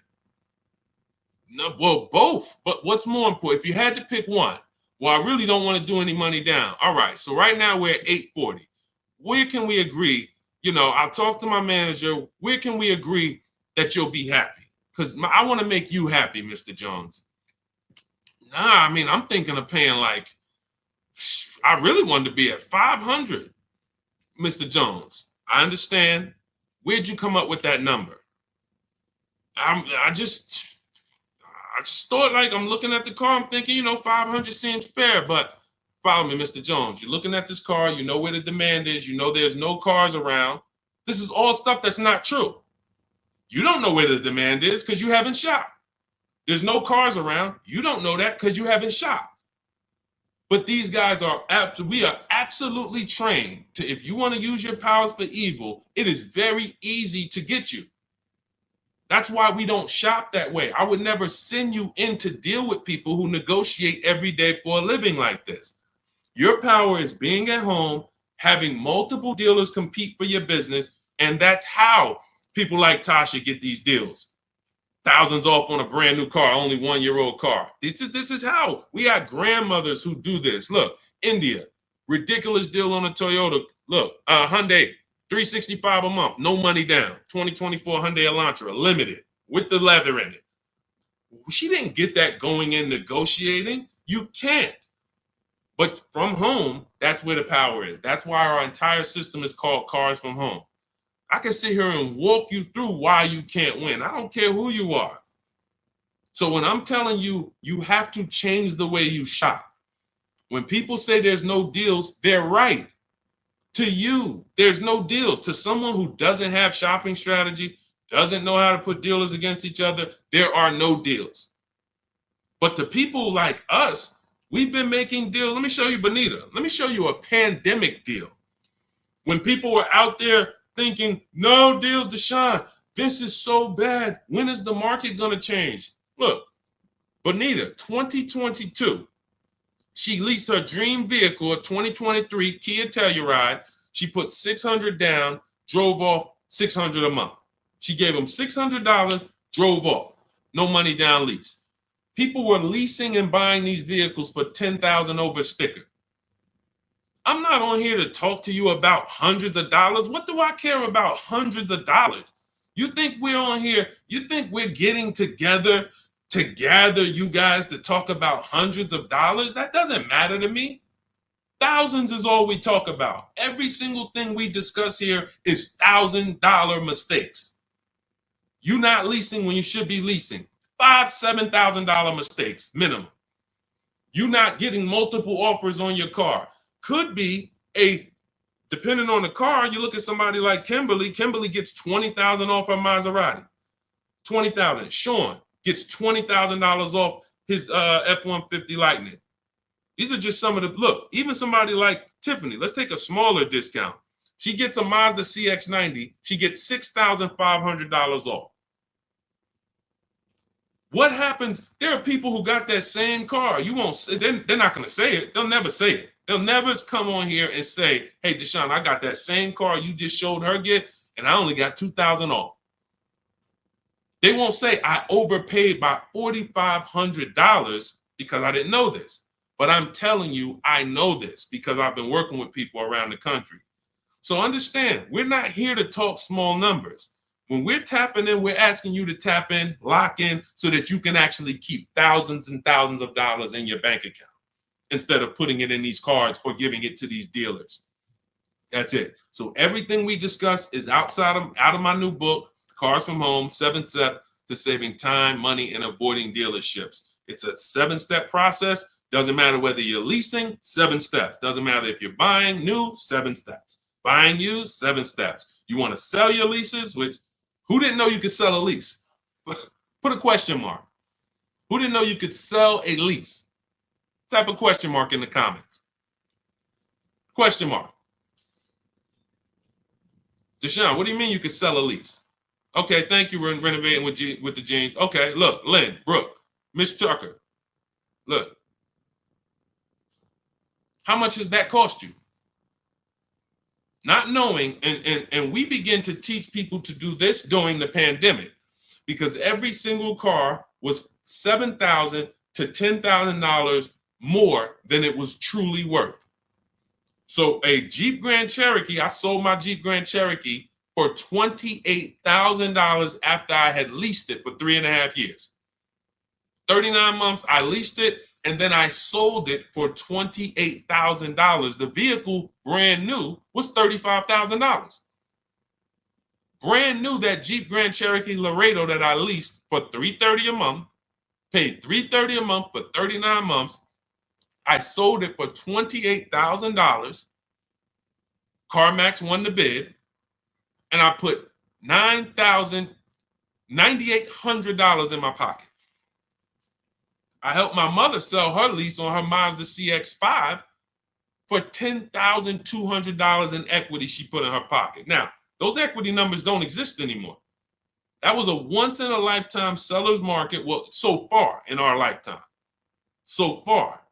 There's people who still want that. They still are basing, and you may know people who are like, hey, well, I'm going to buy this car and I'm going to flip it because I bought a 2019 Mustang and then I sold that Mustang in 2021 and got all my money back. Try that again. You're going to lose everything.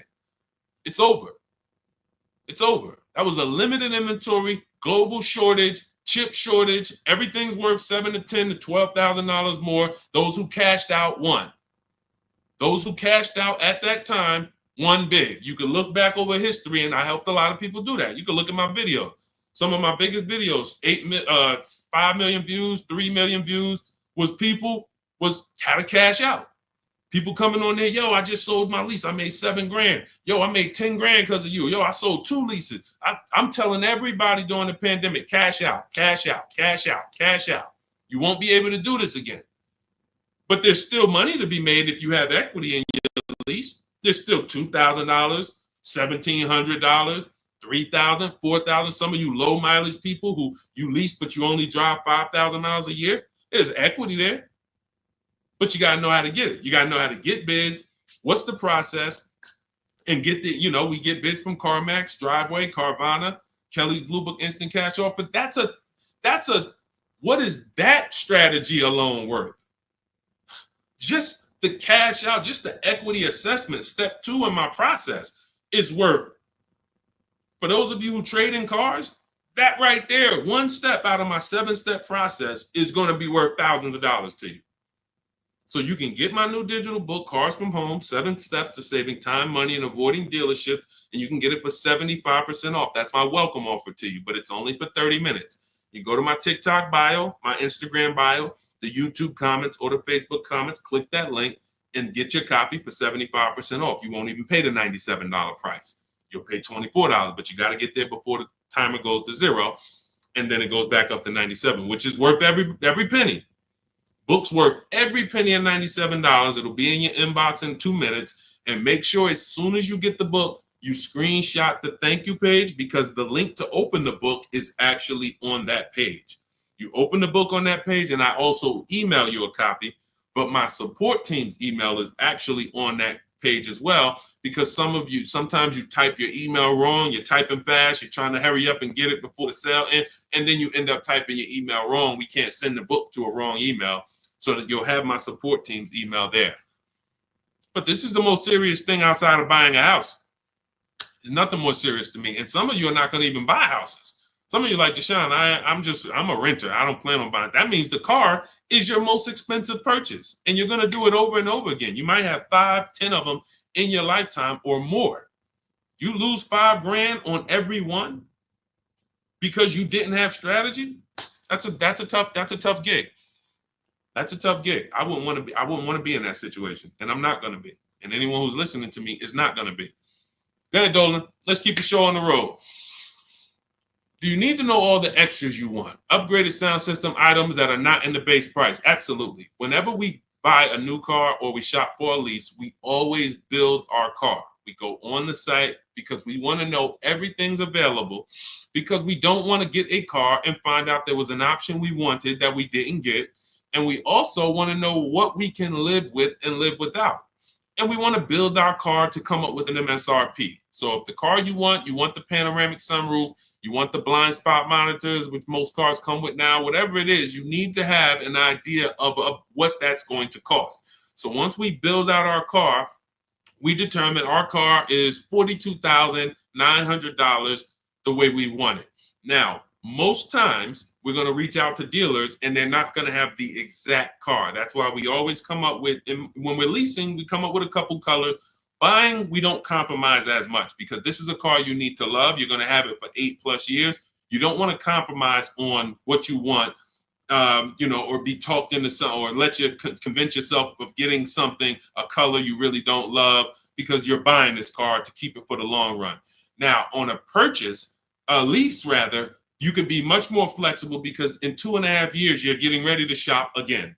You get a 3-year lease, 2.5 years, 6 months left, it's time to shop again. So we want to make sure we can be more flexible with that. But yes, we want to know how much it's going to cost so that we can start to budget. We always say with a lease, when we build out our car, we take 1.25% and we use that as a gauge of around about what it should cost. So if we're looking at a car that's $42,300, we multiply that by 0.125 and we say, okay, $528, that's a fair below market lease deal. Now, if we can do better than that with bids, we will.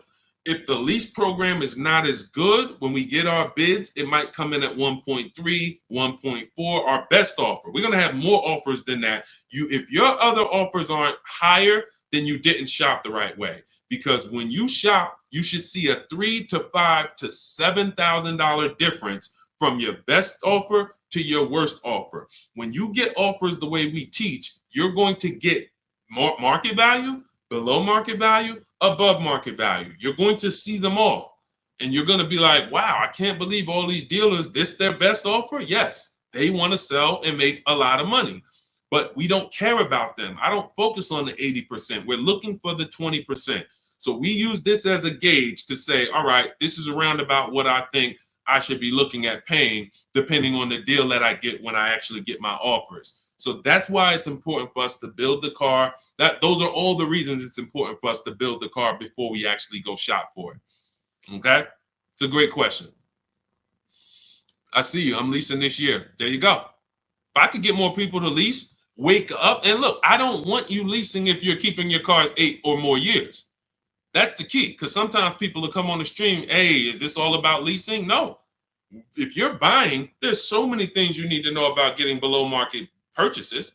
New cars, used cars, we haven't had those questions come in. People are not really asking questions about used cars and things of that nature, but I'm answering the questions that Dolan puts up that you guys are writing. So when we look at purchasing, there's a ton of questions that we got to look at, ton of questions. But when it comes to people not keeping their car 8 years, you should be shopping for leases. You're not keeping a car long enough to beat the depreciation. The depreciation's going to kill you, not the loan. Doesn't matter. Loan's okay. You could pay cash. Doesn't matter. The depreciation's going to kill you. That's what you're doing. You're buying a depreciating asset, trying to keep it short term, flip it, and do it again. You can't win. The only way to win with a depreciating asset is long-term ownership, or never tie your money up in it in the first place, which is a below market lease. Go ahead, Dolan, throw that one back up. Arturo, does your credit score affect the lease? Sure. You want to have fair credit? I always tell people you want to get to about a 660, 680, similar to if you were trying to get a good deal on a house. You would be trying to set yourself up with a good credit report to buy a house. Now with leasing, you can also lean on payment history. So if you have a $400, $500 a month payment, you've been making it on time for 2 years, that weighs heavily in you getting approved. I always say it's nothing that gets you approved for a new car like a paid on-time payments for your old car. The banks look at that and say, well, hey, we can see, yeah, credit cards might be high, but they never miss the payment on their car. They never miss that $500 payment. That means something to the banks when your credit score is a little in that marginal in that marginal range or that mid range. So I always tell people, get to a fair range, work on your credit so that you're able to lease, and don't tie up your money in a long-term purchase because you can't lease right now. If I couldn't lease right now, my only mission would be to get an inexpensive car, get my credit to a 660, 670 to lease. I wouldn't be trying to get a Dodge Charger, $20,000, $30,000, $40,000 car. I'm going to pay 20% interest And when I go out to replace that car, I'm going to have so much negative equity because the interest alone is going to bury me because I don't have good credit. So now I'm no closer to leasing. My payment is going to be high. And I usually end up with an older car because I'm trying to squeeze my way into a nice car that I could show off and feel good about. Nah, I mean, I work hard. I want to be able to drive something that, I feel good about. But you haven't qualified yet. You haven't qualified to drive something great yet. If you have a 500 credit score, 600 credit score, you're not qualified to drive something ideal yet. You should be sacrificing to get set up so that I can make a power move. And what you do in getting set up is you get the least expensive car that you can get a loan on. You get a $10,000 car, quality, small car. Try to get something that brand new was $24,000, $25,000, Hyundai Elantra. Get yourself a smallest car that you can qualify for, and you have minimal payments, $200, $250 a month payments. You pay those payments on time. You make sure it's a quality car, and you go and you make a move for a lease once you've established yourself. Or you can just do what other people do and say, you know what, who could get me in this brand new whatever, or who could get me in that, used Mercedes? And you're going to lose in every way. The quality of the car is not going to be ideal. The loan is going to be out of control. The interest is going to be ridiculous. You might not get a great price on the car because you come in looking desperate. You need a car, not want a car. You need a car. So nothing is working for you. Everything's against you. So it's much better for you to discipline yourself. Say, look, I don't mind driving something that I don't feel great about, but I'm working on my credit. I'm going to make these payments on time. I'm going to get myself to a 660. I'm going to have 2 years of on-time payments, and then I'm pulling off the lot in a brand new lease. Power moves. That's a plan. Go ahead, Dolan. And in my book, that's called the SMART car strategy. It stands for saving money at the right time. If you can't qualify for a lease, your only goal should be to set yourself up to lease. Now, if you're buying and your credit's not good, I'm an 8-year person. I keep my cars 8 or more years. Nothing wrong with buying a higher priced car and refinancing it later. So if you say, hey, I need to get, if you're a long-term person, your goal should be get a great price on the car.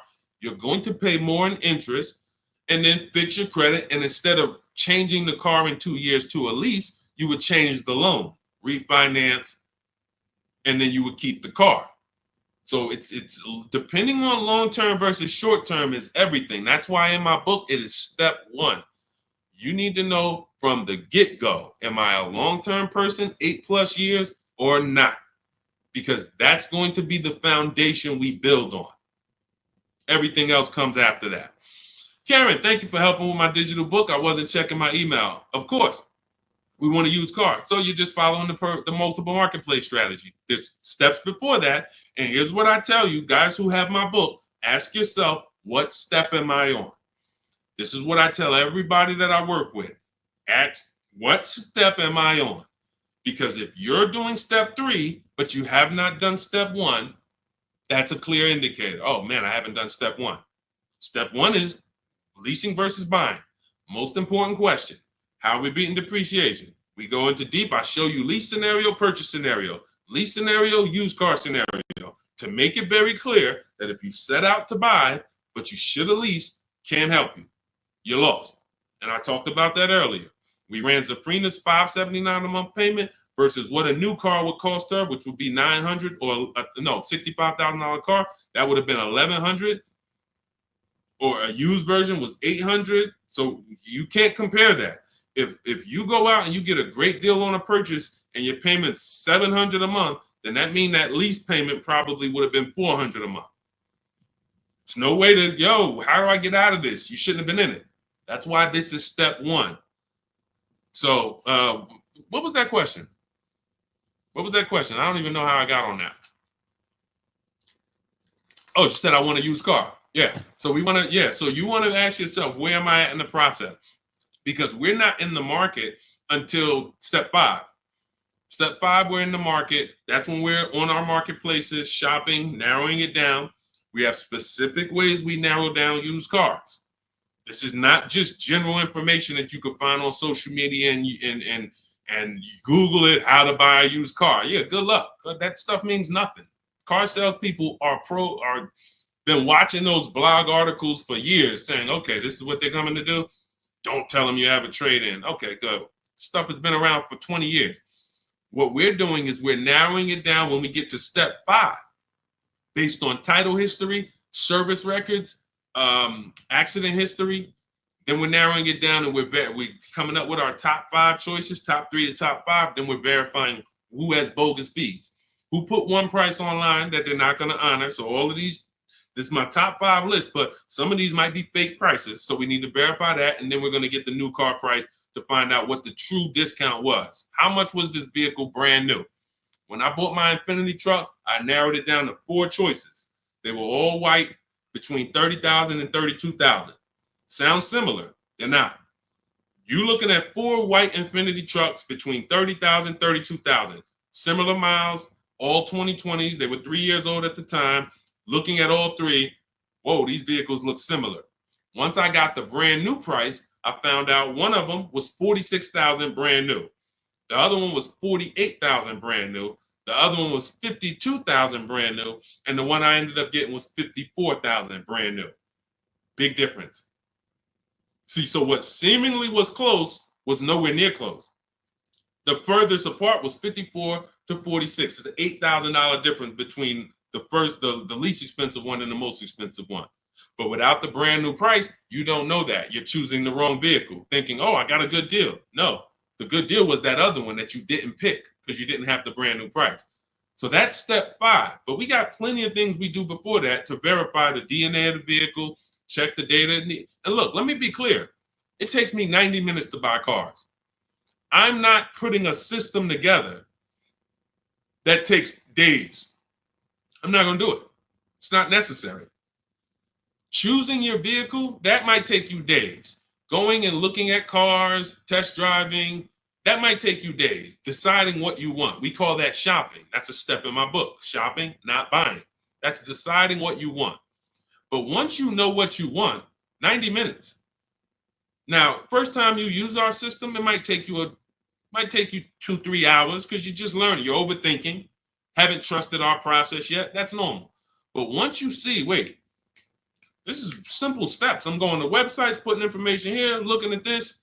This is stuff a high school kid would do. If I could teach a high school kid to buy a car, it'd be easier than some adults because they don't have to unlearn much. Adults, it's like, hey, but I don't have to go into the dealer. You know, hey, Deshone, I went into the dealer and this is what they said. Deshone, my dealer called me and they said this. Well, when did I tell you to talk to the dealer? I thought you were coming to use our system because you didn't want to talk to the dealers. Yeah, you're right. See, that's overthinking. Now, that doesn't mean you're going to lose because we got a lot. That's how a lot of people come. You're trained to do things one way. You have to unlearn that. But once you see what we do, you're like, man, I can do this again next time. It'll take me 2 hours. I get any car I want in the country, Bentley, Rolls Royce, Corolla. It's going to take me 90 minutes because I'm using the internet. We're emailing. You know, I'm not getting in my car and driving to a dealer. So that's what we need to focus on. I know you have the book. Make sure you're asking yourself, where am I in the process? Start with step 1, just check them off. Step 7 is delivery. So when you check off delivery, you're done. You got your car. All right. Everything that I'm teaching is in my new book. It's called Cars from Home. It's a digital book. It's called Cars from Home, 7 Steps to Saving Time, Money, and Avoiding Dealerships. You can get your copy for 75% off. It's part of my welcome offer. It's normally $97. But if you get to my TikTok bio, my Instagram bio, the Facebook comments, or the YouTube comments before the 30-minute timer hits 0, you got your copy for 75% off, which is $24. And it'll be in your inbox in 2 minutes. So once the timer hits 0, price does go back up to $97. And it's still worth every penny at $97. Go ahead, Dolan.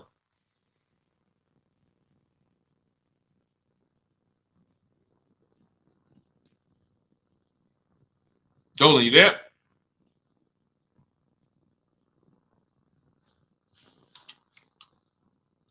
All right. Is it worth buying a BMW or Mercedes brand new or pre-owned certified? That's a matter of budget. As long as you're going to keep the car 8 years, the only difference between a new or used purchase is budget. And if you can afford both, now it's about your values. Do you want a new car because you only buy a new car every 10 years and you're like, man, I'm going to treat myself, I could afford it? Or do you want a pre-owned car because you're like, hey, I want to treat myself, but I could also take a 2 or 3 year old one and I'll be just fine with that. Now, what I always say, if you're going to buy something close to new, 1 or 2 years old, you need to shop the new. You need to shop the new market first, because you might overspend for a 1 or 2 year old vehicle because you don't know what the new market is for a brand new one. So, example, Kimberly saves $20,000 off her Maserati. Sean saves $20,000 off his F-150. Milligan saves $27,000 off her Mercedes-Benz. So when you look at these vehicles, and I show these deals, if you're on YouTube, if you're on YouTube, that's Melissa. If you're on YouTube or Facebook or Instagram, you can see these. You zoom in here, you can see she saved $27,000 off her Mercedes. And some of these vehicles, even with these leases, you'll see people have saved 10 grand, 7 grand. Now, let's take the more dramatic discounts over 10 grand. If you can save over 10 grand on a brand new vehicle, then that means when you go buy a 1 year old one, what should you be saving? If I know that the new market is 10 grand off, then for a 1 year old one, I'm looking for about 18 grand off.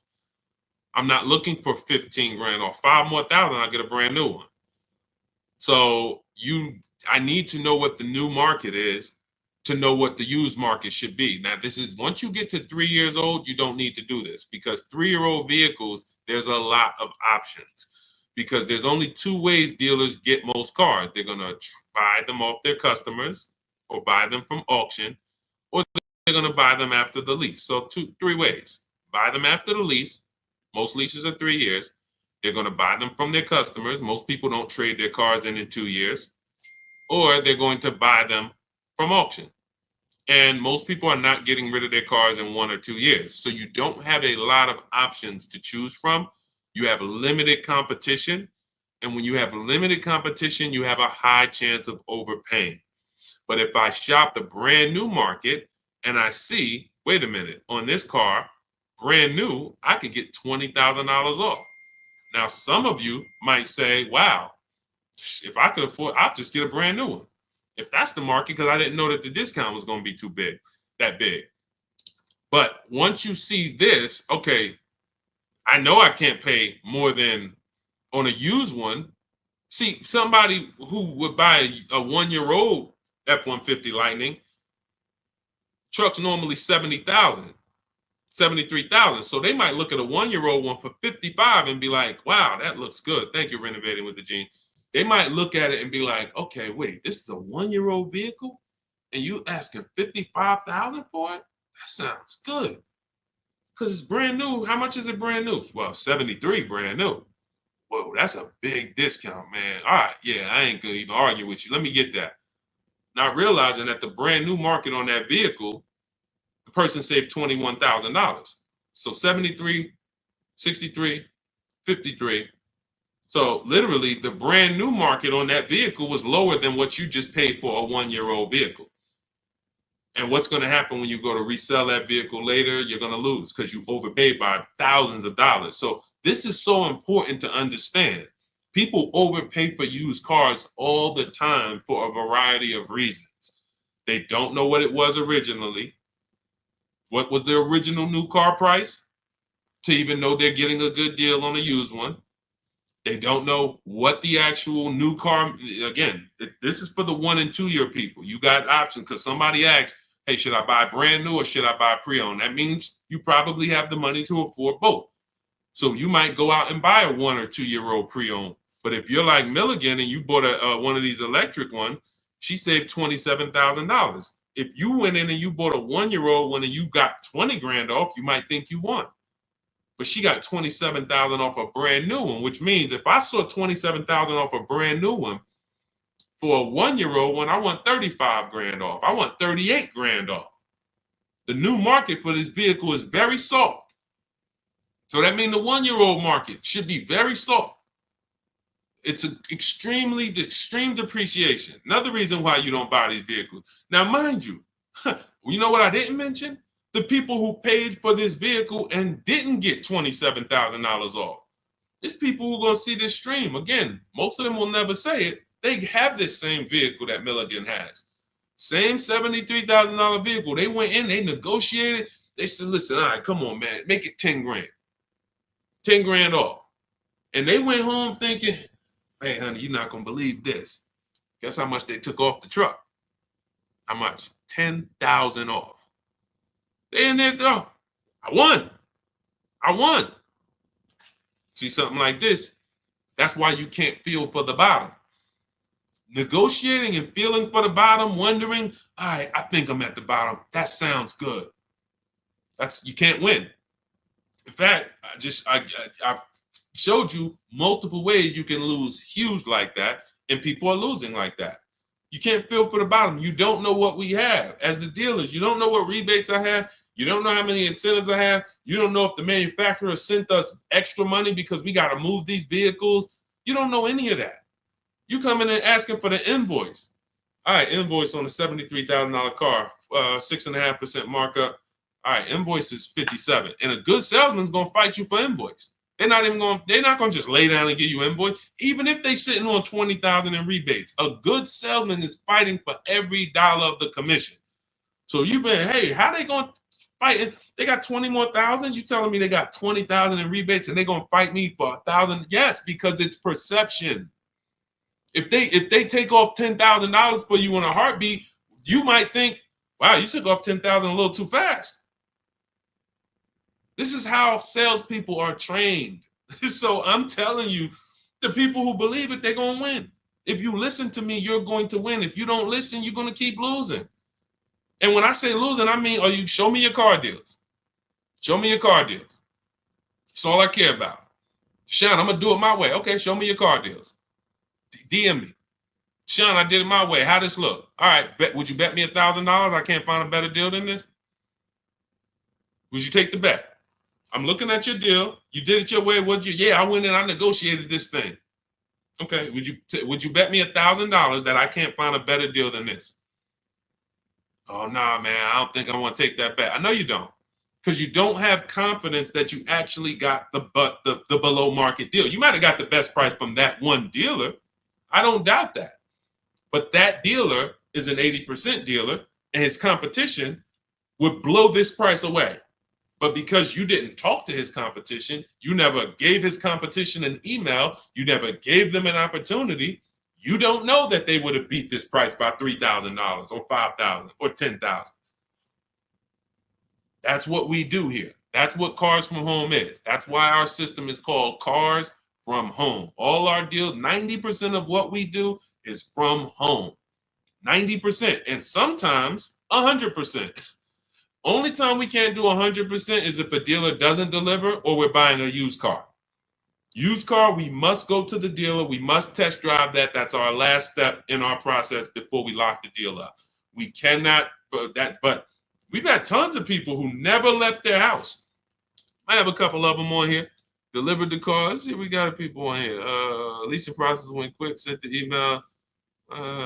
Anyway, I could pull up a bunch of people who just did. That's simple, because dealers this is 2024. Like, people think Carvana is the only place that delivers cars. There's plenty of dealers, especially the 20%, that'll bring the car right to your doorstep. Look, about 5 days I walked out. Yeah. Anyway, all right. I think we've done enough. Look, everything that we've taught today is out of my new book, Cars from Home, 7 Steps to Saving Time, Money, and Avoiding Dealerships.